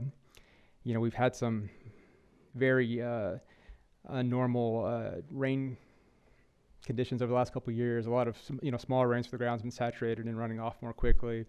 And I know that they've also, I think they've done some changes to the road that's been washed out that's raised it up. That I think is kind of creating more of a dam and causing pressure to push the road through and kind of overflow. So I don't think this is the culprit. And I've looked at it, talked to the different city staff. We've talked to the county about it. So I don't think that this addition will significantly change that. I just want to make sure we're not creating something that's going to make it worse for them. Water is a terrible thing to have. Sure. Yeah, per the design, like Philip said, the peak, before there was any developments out there, that peak flow rate, we're not going to exceed that after all the development. Now it's going to be held a little bit longer because we have to hold that water back and release it slowly. And I understand this is not the time to be talking about it. We're just here for annexation, and I apologize for that, but I had to get that clear in my mind. Thank you. Justin, while you're there, Justin, you just mentioned about your opinion on that pond right there. Have you been out there and looked when their farm is split by the water and they can't cross it? Have you ever been out there while it's raining and all this is happening? I haven't been, like, actually on their property. I've been to the corner where the pond is, and then I've went out after the fact to see the road when it has been washed out. You don't agree that that this retention pond that's been there for so long might not be actually serving its purpose now and possibly should be larger? I think it's sized appropriately. I think it's functioning. I know that Ms. Gilbert said, there was 3 events. I know the first couple were larger rain events, 5 and 7 inch, which is, not quite the 100-year storm. More recently, it was a 3-inch, and I went out the morning after when they called me to let me know about it, and it looked like the water, it was holding water in the pond. You could see the debris line around the perimeter of it. So I do think it's operating as designed. And like I said, it's just such a small, it's less than 10% of the total drainage area drained to that point. So even if you pave that whole area, you're still only going to see it maybe increase of like 5% on the peak rate there. It's just such a small area out of the 150-acre drainage basin that goes to that point. So I just don't see that that's the culprit here. In the history of them owning this farm, this has never happened. So do you not see that there's a possibility that all this building is affecting? So again, my opinion is that they made some changes to the drive that's washing out. They raised it about a foot. So when you raise, it basically created a dam. So there's more pressure against it, pushing it out. I think that has more to do with what's going on than this development. I sincerely disagree, respectfully disagree. It makes, I'm Madam not Mayor. an engineer and I don't have Madam all Mayor. the scientific. Yes. To kind of get back on topic, when I saw Lawlis Road, this is, since I've been on the board and I'm on my 2nd term, when this started, I got calls. It wasn't my ward, but they were friends. The neat thing about being on the board is friendships end real quick, unfortunately. But if you recall, several years back, we had a large group, just like today, and some of you guys were here, and we talked about annexation and annexation and annexation so we can help you. And here where we are, that's where we are today. It didn't happen, and it went on, and I had some things I didn't like. In fact, I believe I was a big no vote. But if you don't annex to the city early on with the growth and development that's happening in Northwest Arkansas, it's tough to come in on the backside, and that's where we are today. Off topic, we've talked about this before. I'd like to see a workshop addressing the duplexes that are numerous. And Director Coleman, I think we can all remember conversations about our concerns on retention ponds. So these are repetitive things that are going on that at some point as a city, we have to sit down and we're just going to have to step back and take a breath. And I think we use Centerton as a example of they did the same thing. So, but anyway, I wish it could have been different, but it isn't. Madam Mayor. Madam Mayor. Yes. Go ahead, Mindy. Thank you all for coming. I concur that that it is frustrating what you are going through. I understand it is very frustrating. I remember about a year ago or so, after several complaints about flooding issues in various parts of town, I asked the city administrator to see if he could determine how much rainfall we had been getting. And he came back. I don't remember all the numbers, but I do remember that the rainfall we received over the last 2 or 3 years is significantly higher than in numerous years past. Whether the detention pond in place is suitable enough or not, I don't know, but I do know that there has been just a significant amount of rain that is causing issues all over town. That doesn't make you feel better necessarily. That doesn't help your issue. We are voting on annexation. You know, a couple of years ago, or in 2019 is when we voted on the preliminary plat, which my understanding was at that time it did go through the process of notification. And I think I remember seeing some people from the neighborhood come and express some concerns. What I'm hearing, what I heard some of you say was you've talked to the county, and that you sort of feel like your hands are tied. I think that's probably how the city's feeling in some respects. Our hands are sort of tied in this. Is there a way we can help with the county? You are members of the Siloam community. You may not be in the Siloam district. You're members of the community. But is there a way that we can help connect these residents of the Siloam community with the right people in the county? Just throwing that out there, doing what we can, possibly. Again, I know we are voting about the annexation, but I think we've tried to do our due diligence, and in the process, it's just there have been some unfortunate changes along the way. There's been unfortunate rainfall along the way. Just a lot of factors going into this right now. Yes, Madam Mayor. I'm sorry, Bob, the public comment time is over. Thank you. Madam Mayor? Yes. I have some just general comments, and I don't want us to be annexing a problem into the city that we're going to have to worry about. That being said, I have some questions about just general annexation, whoever wants to answer them. When we, or whoever contacts the adjoining property owners, is the amount of land that they own abutting the area considered, or are they just counted as one out of the percentage of people that approve it? So like if there's 5 people that own land around here, one of them is a parcel, then we have one that has like 150 acres, and then one with 30 acres.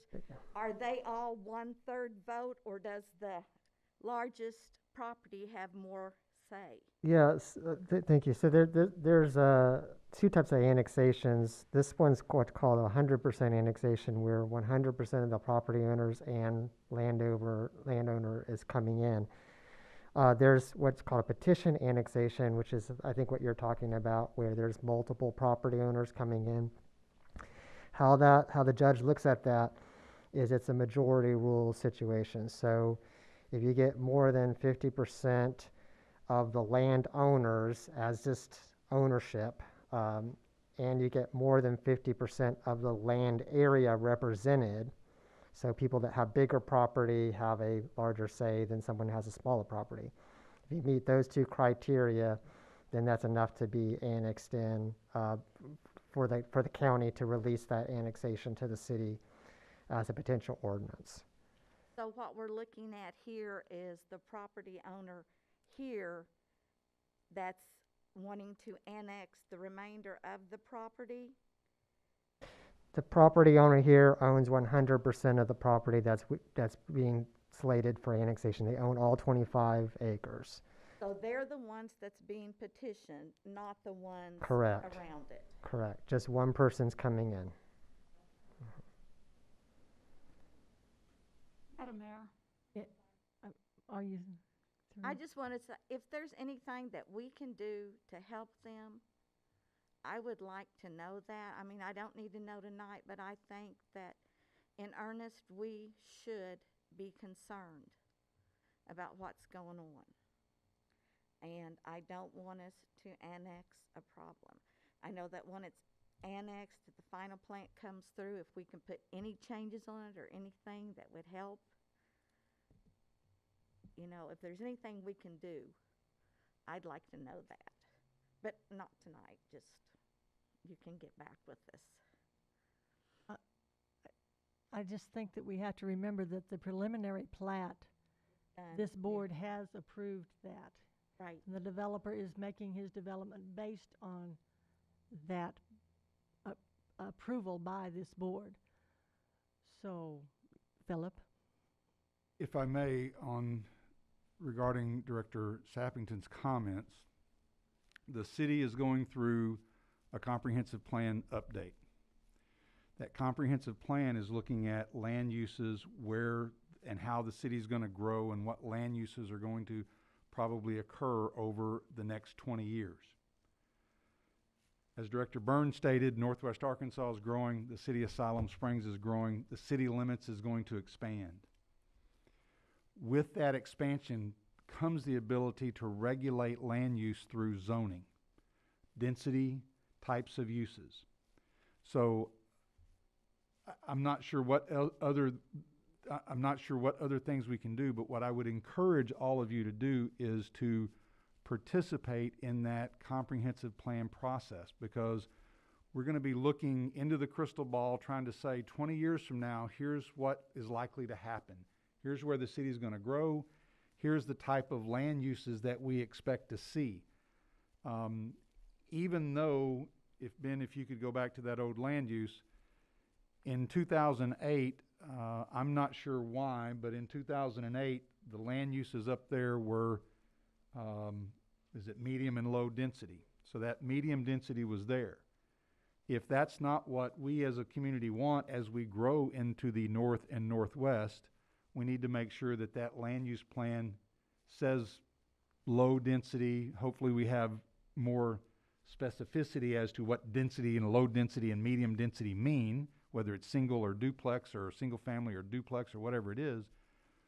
But it is likely the city limits is going to end up that way. And as the city limits ends up that way, we can zone accordingly. And with zoning is where cities get to say it is single family detached with minimum 7 or 10,000 or half acre lots, whatever that size should be. And that's got to come from the community, not from staff. It's got to come from community endpoint. So I just want to put that out there, that we would encourage you to participate in that and provide that feedback as much as you can.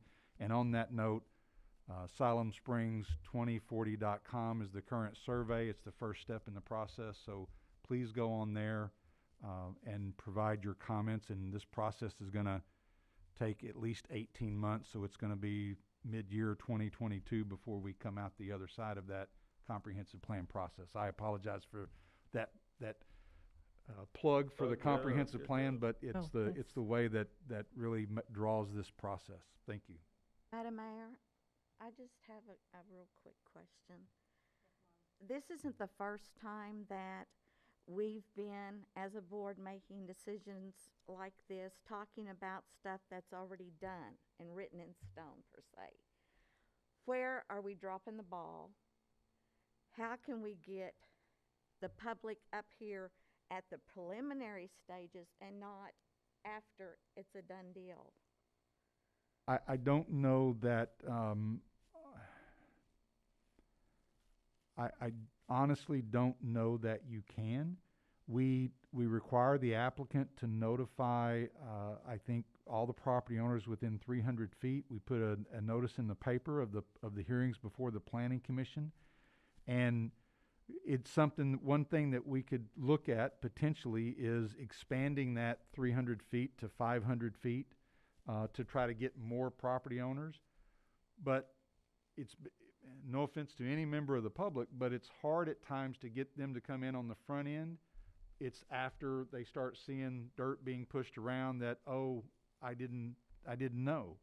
So, we could expand that notification. Some cities would do, 500 feet. Some cities might do 750. But the notification process is that preliminary plat to say this is being planned. There's a hearing before the Planning Commission and there's a hearing before the city board. Well, something's not working. So I think, that's something that we need to look at and maybe put a board goal. Because if it's happening too much with people after the fact coming in, that we can't do anything as a board, even if they were in city limits. We have seen this happen before. I know it's not related to anything that's going on, but I just feel like that we have a responsibility, whether it's citizens or those in the county that have the possibility to becoming citizens or abutting city limits. Madam Mayor, Yes. I sympathize with everyone that's here, whether you're a developer or you're a citizen. The developer has based his development based on what he has already been granted. We are here for an annexation, and I am making a motion that we place ordinance number 20-06. And I've lost track of what reading. I think we're on the first reading. It's the first reading. Suspending the rules and reading title only. Second. We have a motion and a second for ordinance 21-06 to be placed on its first reading. Roll call. Sappington, Yes. Smiley, Yes. Burns, Yes. Hunt, Yes. Fissler, Yes. Allen, No. Carroll. Yes. Motion is approved. The next item is Madam our Mayor. Oh, I'm sorry, Philip. Will you read, please? Ordinance number 2106, an ordinance accepting the annexation of certain territory described as the Lawlis Ranch Additions Phases 2 through 5 to the city of Siloam Springs, Arkansas, and assigning the same to a ward. Now we'll move to our staff reports. Philip? Thank you, Madam Mayor. You have copies of the February financial statements. Please, if you have any questions, as always, feel free to contact myself or Christina Petrich, the Finance Director. I want to talk to the board a minute about broadband, citywide broadband. We had the workshop 3 weeks ago, about that with John Lester from Clarksville. And taking from that workshop, I am under the assumption that the board would like city staff to try to move that forward. And if that is the case, I would like, with no objections from the board, I would like to establish an advisory committee made up of technical folks from various industries such as Simmons and Cobb. I'd like to get the school district to be a part of that, JBU to be a part of that, of course our electric department and our IT division. Director Ressler has indicated that she would like to participate in that advisory committee. And I've also reached out to Mr. Mark Latham to ask him if he would participate, since he has experience in creating a citywide broadband retail service in another city. The goal of that advisory committee, and I've drafted out a mission statement so that there would be a very clear mission, but the mission statement reads, "There is no cookie-cutter answer to what a municipality's role should be with regard to a broadband internet delivery. The mission of the Siloam Springs Broadband Advisory Committee is to assist city staff and ultimately the city board of directors with what Siloam Springs' role should be. The committee will review various business models that other cities have used to provide high-speed internet service, review the service offering options, and ultimately make a recommendation to the city board regarding the committee's findings." So if there's no objections, I would move to, or at least I wouldn't move, but I would start trying to contact all the individuals, see if they would be willing to serve on a committee.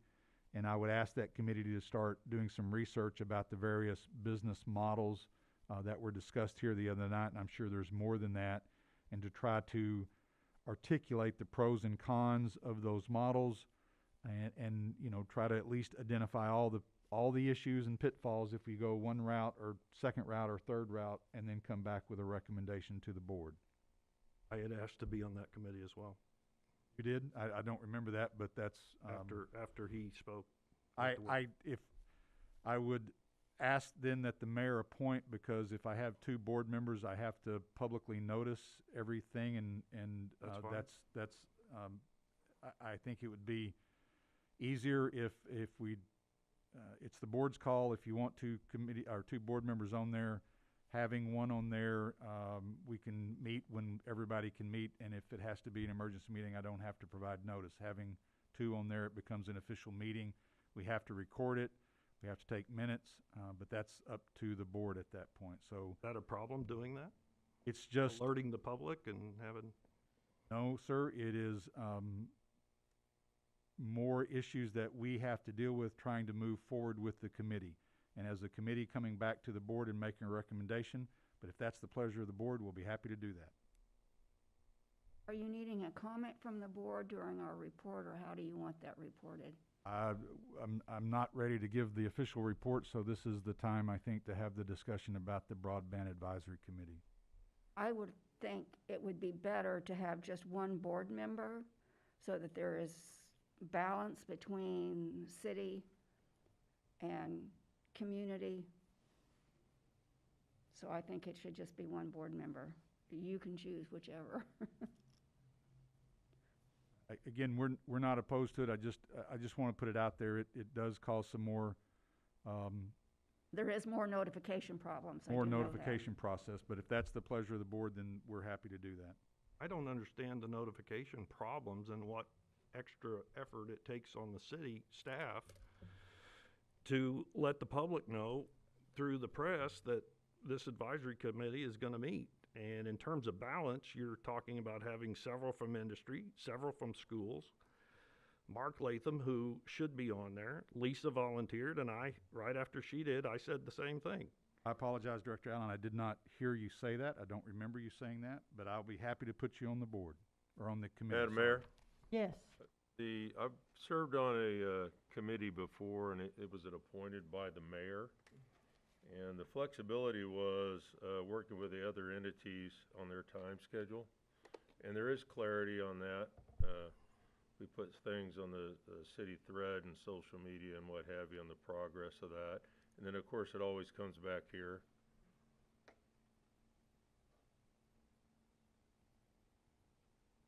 Director Sappington, do you have any comments? Well, I think if anybody has knowledge about the stuff that goes around the city, it would be beneficial. And I know that Director Allen was here at that time when we went with the cable around the city. And I know that Director Rissler has IT experience. And I know as elected officials, we need to draw upon our expertise and help the city whenever we can. And I believe both of them would be a good addition.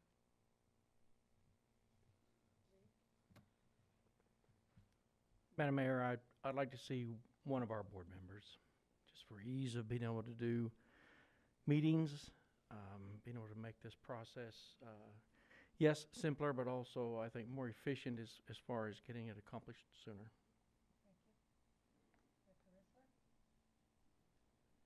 I don't mind stepping back. I have, one of my degrees is in IT, but I'm kind of a nerd when it came to it. I was excited about the project. I pushed for it before. I worked at the city of Fayetteville at the time. There was fiber wrapped around the city. I'm excited to see the project moving forward instead of going away like it was. So I don't mind stepping back because David was on the initial project. I was a city employee at the time. So. Comments? I don't have a strong opinion one way or the other. I think if Director Rissler is willing to step back, I think the expertise that it sounds like you were wanting to bring is the IT experience, which we will gain from other members of the advisory committee. So it sounds like some of the other board members would prefer one board member, which might in the long run be a little bit easier, and we will have lots of IT experience. So that would probably be the better way to go. All right, thank you. Judy, Mayor Judy, Mayor Nation, I'm sorry. Yes, David. Nation. I think Lisa has a lot to bring to the committee and the idea, especially with the amount of experience she's had working in IT for the city of Fayetteville. And honestly, I don't see the problem with having 2 city board members. There has been other committees in the past that have had 2 city board members. It has not been a problem, but I'm not a bit surprised to hear the opposition from the board members that have spoken against it tonight. It just seems part of the ongoing animosity, and I don't quite understand it. I don't understand how this is going to be any different than letting the public know through the press of a city board meeting. So I guess it's going to be a major upheaval to have these meetings because 2 city board members are on there. There are things that are required whenever 2 city board members are involved in anything. Yep. Any commission, any board, and I think that at this point in time, with the advisory committee, the whole idea is to be able to bring information from several different entities. Is that what I'm understanding, Philip? Yes. Is that correct? And having the flexibility for those meetings to be held at different times. It's hard sometimes for someone that works for JBU and someone that works for Cobb, someone that works for the school, a city board member, if we have 2 city board members, to find time for all of them to come together and for the press to be notified, which there's nothing wrong with that. We're not trying to hide anything. That's not the idea. It's just to be able to have that flexibility for all of them coming together. And I don't see that that's a problem if we only have 1 director on this commission, because all of that information is going to come back to this board. This board is going to hear that. If Lisa is saying, I'm willing to step down, we know that she has that expertise, that education. As we get this information, she can then have input to help us and direct us as a board. To me, that is the way we need to go. Yes. I did not make any statements to cause any animosity. I didn't even mention names. I just said you could choose whoever you wanted. I just said I thought it would be better if there was 1 person. I want that clear. Thank you. It helped that you pointed out the changes in the FOIA requirements of recording meetings and taking minutes and all that, as why it's never been a problem in the past with 2 board members being on a committee. The big change, it's not a huge deal, but we have to record minutes, and we have to record every meeting now of the board. And my idea originally of only having 1 wasn't so much that it was that issue, was I felt like trying to have our IT staff, our electric department staff, and a litany of IT professionals from the city, they would drive the recommendation coming back to the board. And I'm not going to sit on the committee as a voting member in any way, shape, or form. I would sit as a liaison, but I didn't feel like you wanted to have too much city involvement there from the organization as much as from the community to help decide what is the best solution for the city from that perspective. But again, it's up to the board. If you want 2 members on there, we can record the meetings. We can notify the press. We can make those arrangements occur. That's fine. Madam Mayor? Yes. Again, I don't have a strong opinion one way or the other, but I will ask, will you be having 2 representatives from any other one organization? Like, will you ask 2 JBU people or 2 Simmons people or is that not really an issue? Right now, the only 2 members from one organization would be the city, which City would be staff. the electric department and the IT department, Glenn Severn and Sam D. I haven't asked everybody yet. I've spoken to most of them. JBU did send me 2 names. I don't know if they're saying both of them would serve, but I would expect that only 1 would. But again, it's up to the, I mean, if you want, if this is too controversial, I'll be happy in 2 weeks to come back with a list of names for the mayor to recommend or to appoint. It's really, if you don't want staff to appoint the committee, then it really falls to the mayor to appoint the committee. I think the mayor has that authority for official advisory committees of the board. I was just seeing it as more, not too much representation from any one particular place. So.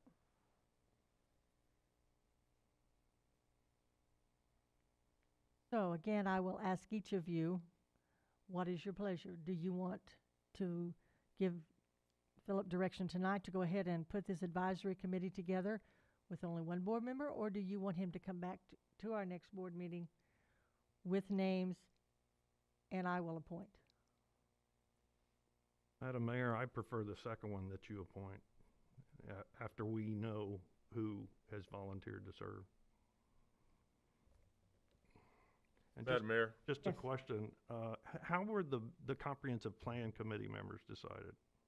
I'm just, since that's the most recent thing, I'm just curious.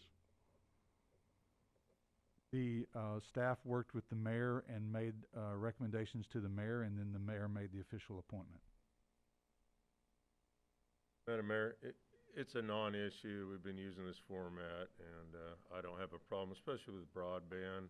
And it's going to come to us, and I anticipate possible multiple workshops because it's very significant, and we're all excited, and we want to do the right thing.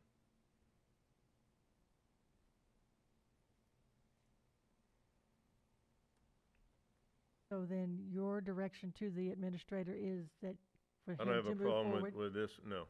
Okay. The comprehensive plan, that's a different animal. Right. And once again, we sit here in almost every meeting, have been pushing, help us help you by public input. Marla? Whatever's the best for the city, of course, but like I said, either Lisa or Director Allen, I feel like either you or Philip, either one, the city administrator, can appoint the committee. I just know that we need to move forward as quick as we can because time's a-wasting. So I just want to get going with it either way.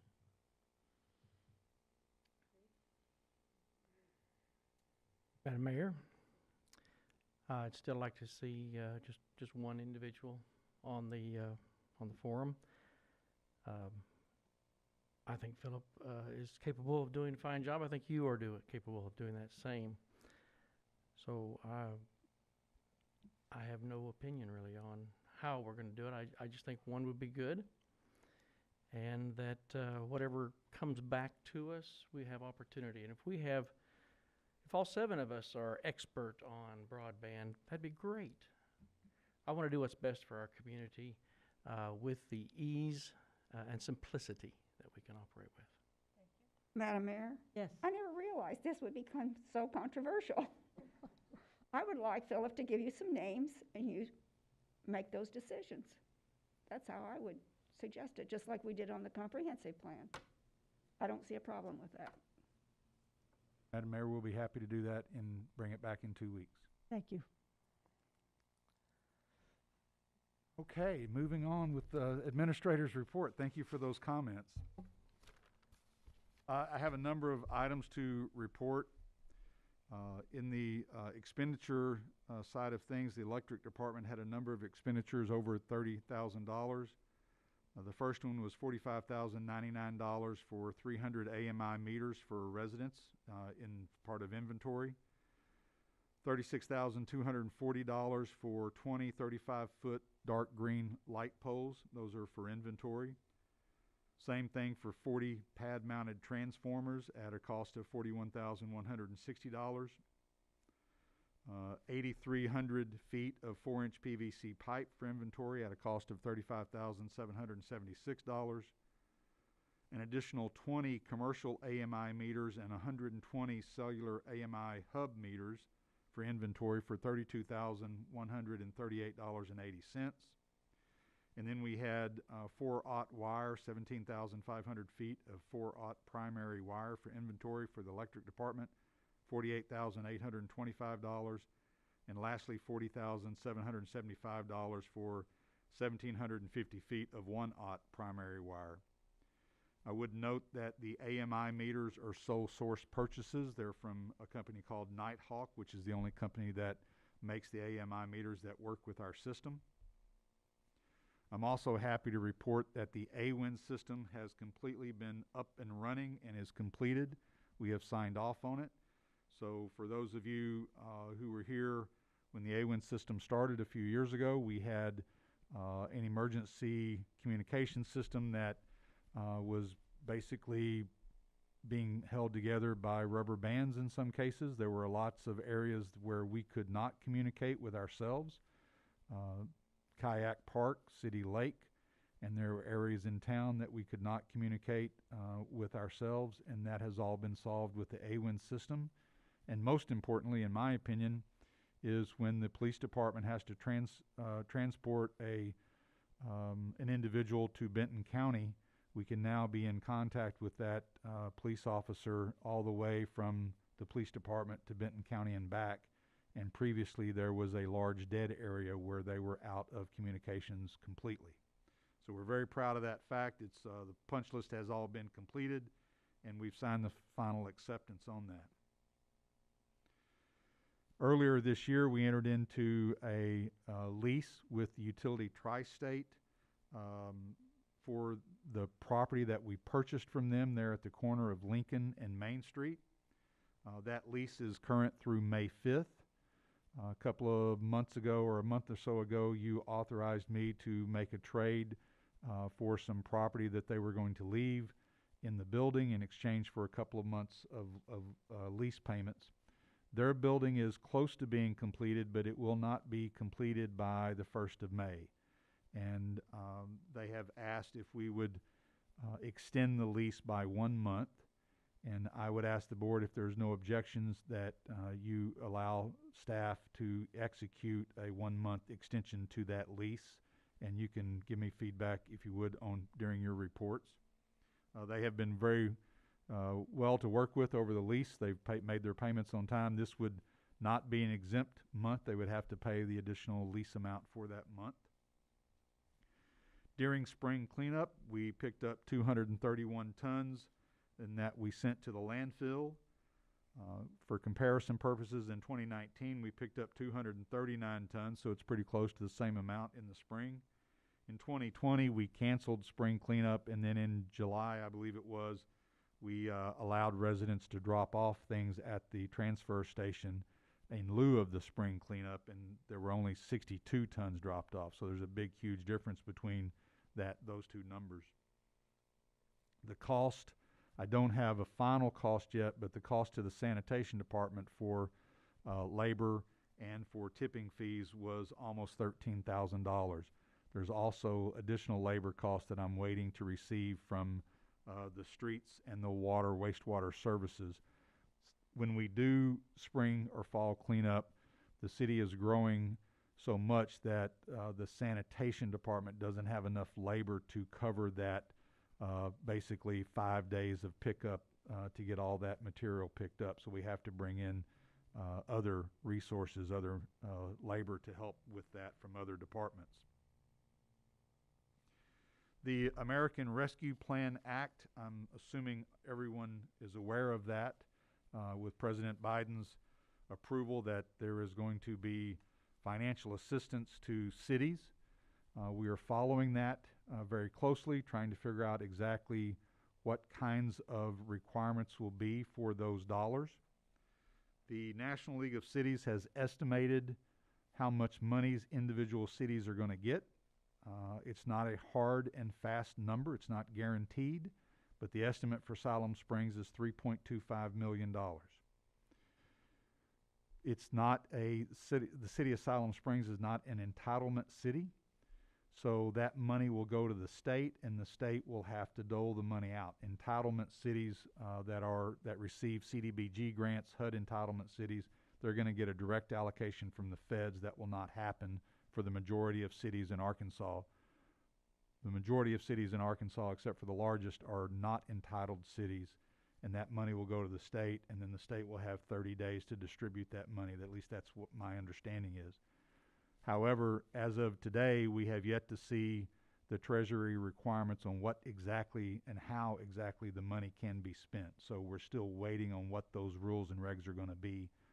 That being said, there's at least a statement in that it can enhance or improve, or at least there is a statement that it sounds like the money can be spent on broadband services. There are some other things it can be spent on too, but again, it all is going to be based on what the final rules state when that comes out. The last two items relate to the winter storm energy cost update. GRDA issued a statement in late March of this year stating that they were still trying to determine the final cost of the energy, and that they were looking at trying to figure out recovery plans, and that would end up meeting with their various customers to discuss how to recoup that increased energy cost due to the winter storm, which I think is officially named Uri. But GRDA is anticipating making adjustments to their power cost adjustment that we see every month. And that power cost adjustment is basically an average of the power cost for the last 12 months, so it is modified every month. Based on a meeting that I was in today, it appears that GRDA is going to add a extraordinary power cost adjustment and likely to extend the refund or the repayment of that over a number of years, so that none of their customers, and therefore none of our customers, are likely to take a significant hit. But until we see those numbers, we won't know exactly what it's going to look like, and then we will probably have to have some conversations once we see what those numbers are. I expect that hopefully by June we will have those numbers and be able to have some conversation about that. And then lastly, Madam Mayor and Board, as it relates to COVID update, everyone knows that Governor Hutchinson has lifted the mandatory mask mandate. The city of Siloam Springs does not have a mandatory mask mandate. You adopted a resolution in June or July of last year recommending the public wear a mask and follow the recommendations of the Arkansas Health Department. The governor and the health department currently continue to recommend the public wear a mask and follow the directives of the health department, and those directives also went from being mandated to being a recommendation. Based on that governor's decision, we believe as staff that the city should continue to encourage the public to wear a mask per the resolution, and we also would recommend that the board continue to hold its meetings as you are currently holding the meetings with social distancing. No longer would we require necessarily someone to attend the board meeting to have to wear a mask, but we would strongly encourage that.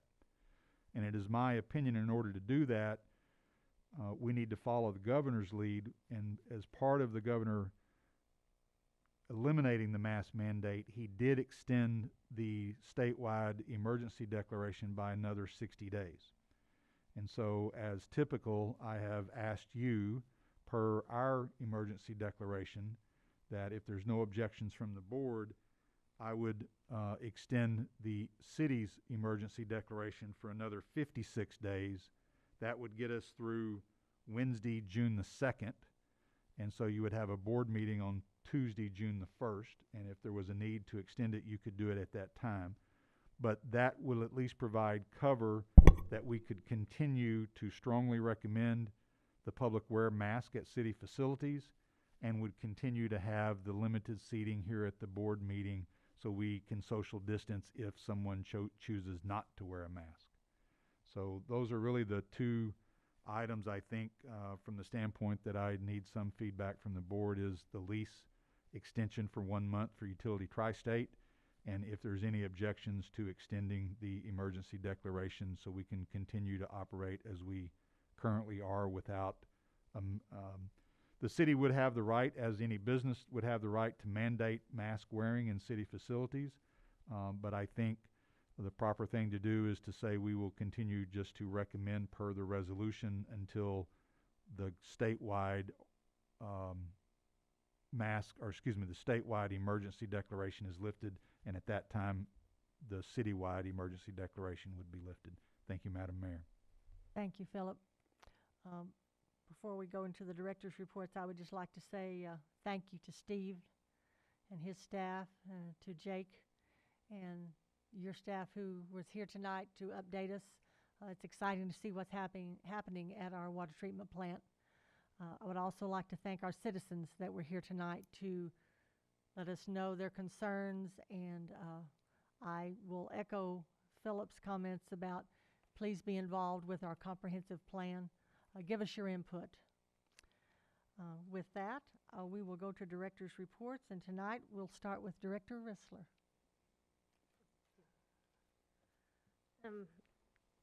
Philip, I'm okay with the extension on the emergency declaration, and I'm also okay with the tri-state lease agreement. Thank you. I do have a question, and you brought it up on the CDBG program. Is there a reason Siloam doesn't do the CDBG program? We don't qualify. Is it because of the size, or is it? The reason I ask is because actually I called one of the, I called some of the federal programs on that, and to see, because an elderly person here in Siloam was needing assistance. Well, you have to call to see if they even fall under the CDBG. And they couldn't tell me why, and I'm curious why we didn't. Generally speaking, and I can do some more research on it specifically for Siloam, but generally speaking, you have to have a certain high percentage of low-income families in your city to be able to qualify. So cities like Springdale qualify, Fayetteville qualifies. I don't believe Rogers and Bentonville do.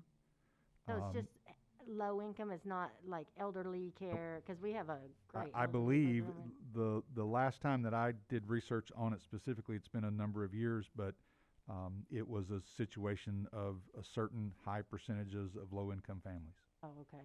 Okay, I was just curious. Thank you.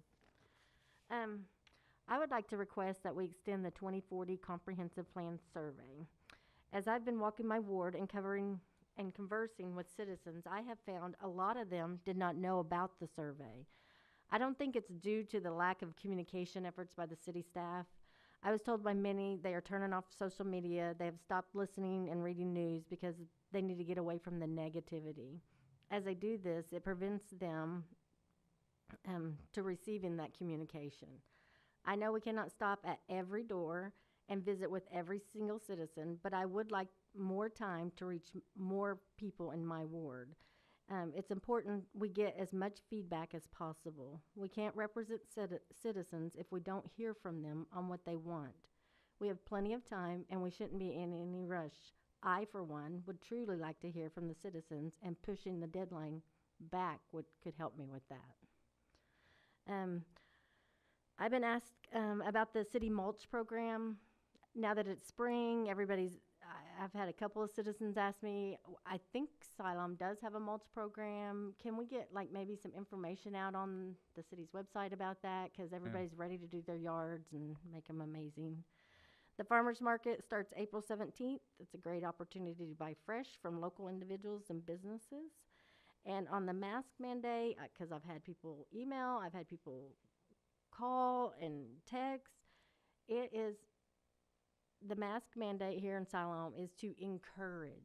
We are not making it mandatory, and that needs to be very clear, that we are encouraging people to wear their mask and not requiring them to wear their mask. So if you have any questions on that, I'm sure we'll have something out, information, since we talked about it today, out on the city's website. Okay. Thank you. Question in follow-up to your comments about the 2040 plan, comprehensive plan survey, and extending that. My understanding is that information about it will go out in another utility bill, another round of utility bills. Is that correct? I would have to ask staff that one. Okay. I thought I had talked to Don about it, and the information went out in one round of utility bills, and I thought he mentioned there might be a second time that that goes out. I may be wrong. If there's not, it may be a good idea to do that again. I don't have a problem extending the survey deadline by a couple of weeks. I don't know if we want to go too far out just because we need to wrap it up at some point, but I do understand what you're saying. I'm in favor of the lease extension. That is fine. I'm also in favor of the recommendation extending the emergency declaration. And I echo what Director Rissler said about the city of Siloam is not mandating masks, but encouraging. And I want to encourage people to respect whatever policy or practice related to masks that other individuals and businesses established. Because I think some individuals are going to want to wear their mask, and I think we need to respect that. Some aren't. We need to respect that. Businesses, same way. We just need to respect each other in whatever our decisions are. But yes, we need to make it very clear that it's not a requirement. We're not mandating masks. We're encouraging masks. And finally, on a positive note, I want to thank the sanitation department for the excellent job that they did do with spring cleanup. We took several things out to the curb, and they were gone early on our trash pickup day. So I just really appreciate that effort, and just want to remind citizens that that's a service. That's a service that's provided from the city. It's not something that we are paying for. It's not something that every city has. It's something that we really benefit from here in Siloam, and it came at a really opportune time for us, so I just appreciate that. Carol? I want to congratulate the fire department on their reaccreditation for the ambulance department. They're only one of 7 in the state that has received this accreditation, and I think this is at least the second time they've been accredited. So I think that's wonderful for our community. I don't have a problem with the 1-month extension for the tri-state. I go along with extending the the health emergency. And I do want to encourage people to respect businesses and citizens with the masks. Whatever they are wanting, I think they should be encouraged to do. I think as a person, you should be able to have the right to do what you feel is right for yourself. But if you're going into a business that requires a mask, I think you should put a mask on. Our business requires a mask. I've got a mask on now. We all have masks on. I do appreciate the service that we have of picking up the trash on a twice yearly basis. Not very many cities do that, and it's quite expensive, and it is something that we do not actually are billed for, but we use, and it keeps our city attractive and clean. I get kind of, it was kind of comical to see all the comments on social media about why was Siloam looking so trashy. They don't understand what we offer. But I appreciate all of our city staff. We have a wonderful city. I appreciate the opportunity to be a citizen of Siloam Springs. Thank you. Ed? Yes on utility tri-state, yes on mask mandate. And as a average citizen, you can hop online. I used Walmart Neighborhood Market. I was hoping to meet Vice Madam Mayor there at 6:40 this morning. Apparently wasn't there at that time. There's no line. I sat around as long as I could tolerate, and I went to work at 7 and almost was late for the meeting, and I've been checking my arm for a rash. I've had no side effects. I feel semi-normal for me. And so I would encourage it, if you make that choice, it is available. They do request that you show an insurance card, and I have made that choice. Thank you. I will just make a comment that I have already had both my shots. I am good to go. I didn't want to say age groups. He said he's David. feeling fine, but we haven't told him the color he's turned. Oh, I knew it. I knew it. I was just going to say, the first city master plan was set up and designed by our former engineer, Ron Homeyer, with the help of the board and the citizens and developers input in the mid-90s, and it was done to decide the major streets and arterial streets, minor streets, land use, and direction the city was growing.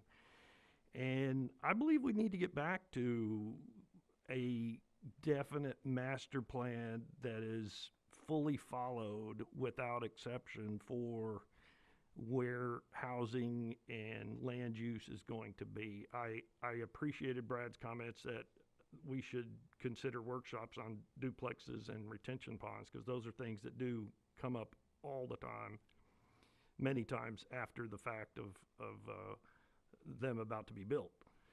I also appreciated Marla's question and comment about why does this keep happening?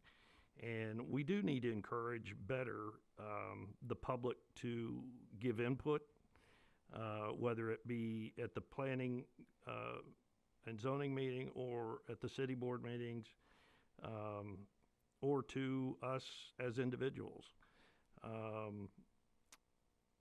It was good to hear the update tonight on the water treatment plant from Jake and his team, and I appreciate it. I thank you guys for being here and for staying. You didn't have to. You could have left early. But thank you for being here. I want to tell everyone, be sure and don't forget, write it down if you have to. The website is siloamsprings2040.com and fill out the survey.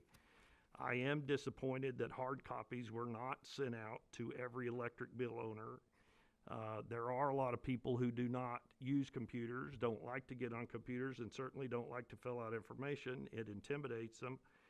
And for this contract to have cost the taxpayer $235,000 for this, I think that the company could have afforded the postage of mailing hard copies out. I think we would probably be seeing more response from different age groups that don't always fill out computer surveys. Lisa, I liked your idea to extend the date of the survey because far too many people, I agree, do not know about it. And I don't see why it should only be a few weeks. The final report's not due till 2022. So I think we need to give it enough time to get enough responses and not be rushing it. That's my 2 cents on that. Thank you, Madam Mayor. Did you say that you did approve the extension of the lease and the? Oh, yeah, that's all fine with me. Yeah. Thank you. I don't have any problem. Marla? I also approve the extension of the lease and for the mask recommendation.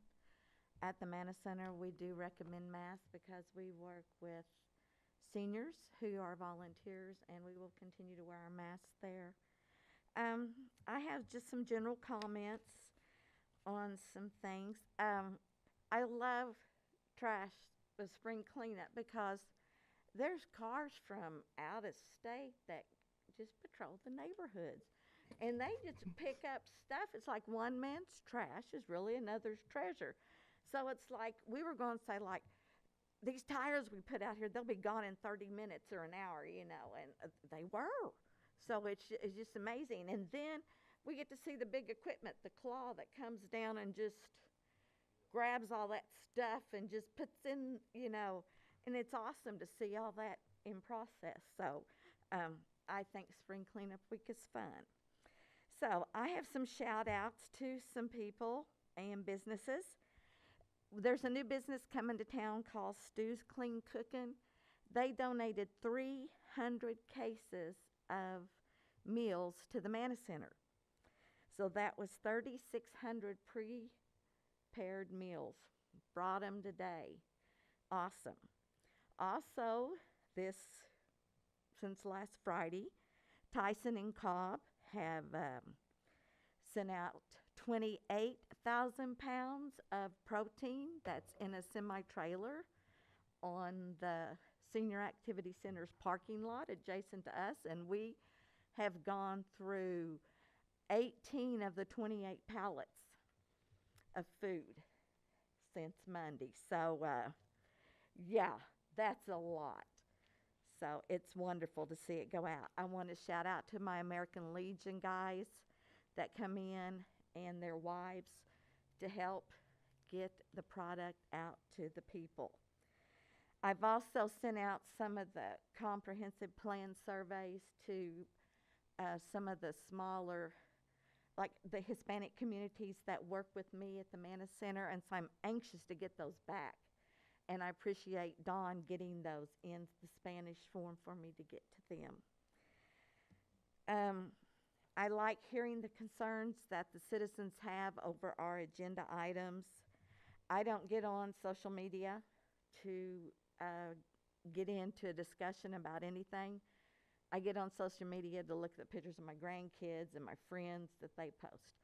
I'm not going to be on there making comments or anything. I prefer, if you need to get a hold of me, you have my cell phone number and you also have my email. And I respect those that try to reach out, and I try to get back to them as quick as I can. My grandson went to Kite Day and touched the truck at the airport on Saturday. Had a blast. He's 4. But I was kind of embarrassed because he told one group of firemen that were, I guess, just talking to groups as they come in. He wanted to go over to the truck where the real firemen were, and so I thought you would like that. The real firemen were with the truck, but he had an awesome time, and I think it's little moments and little things like that that make Siloam so special.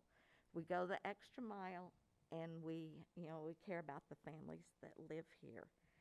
And also the treatment plant, I'm ready to tour, okay?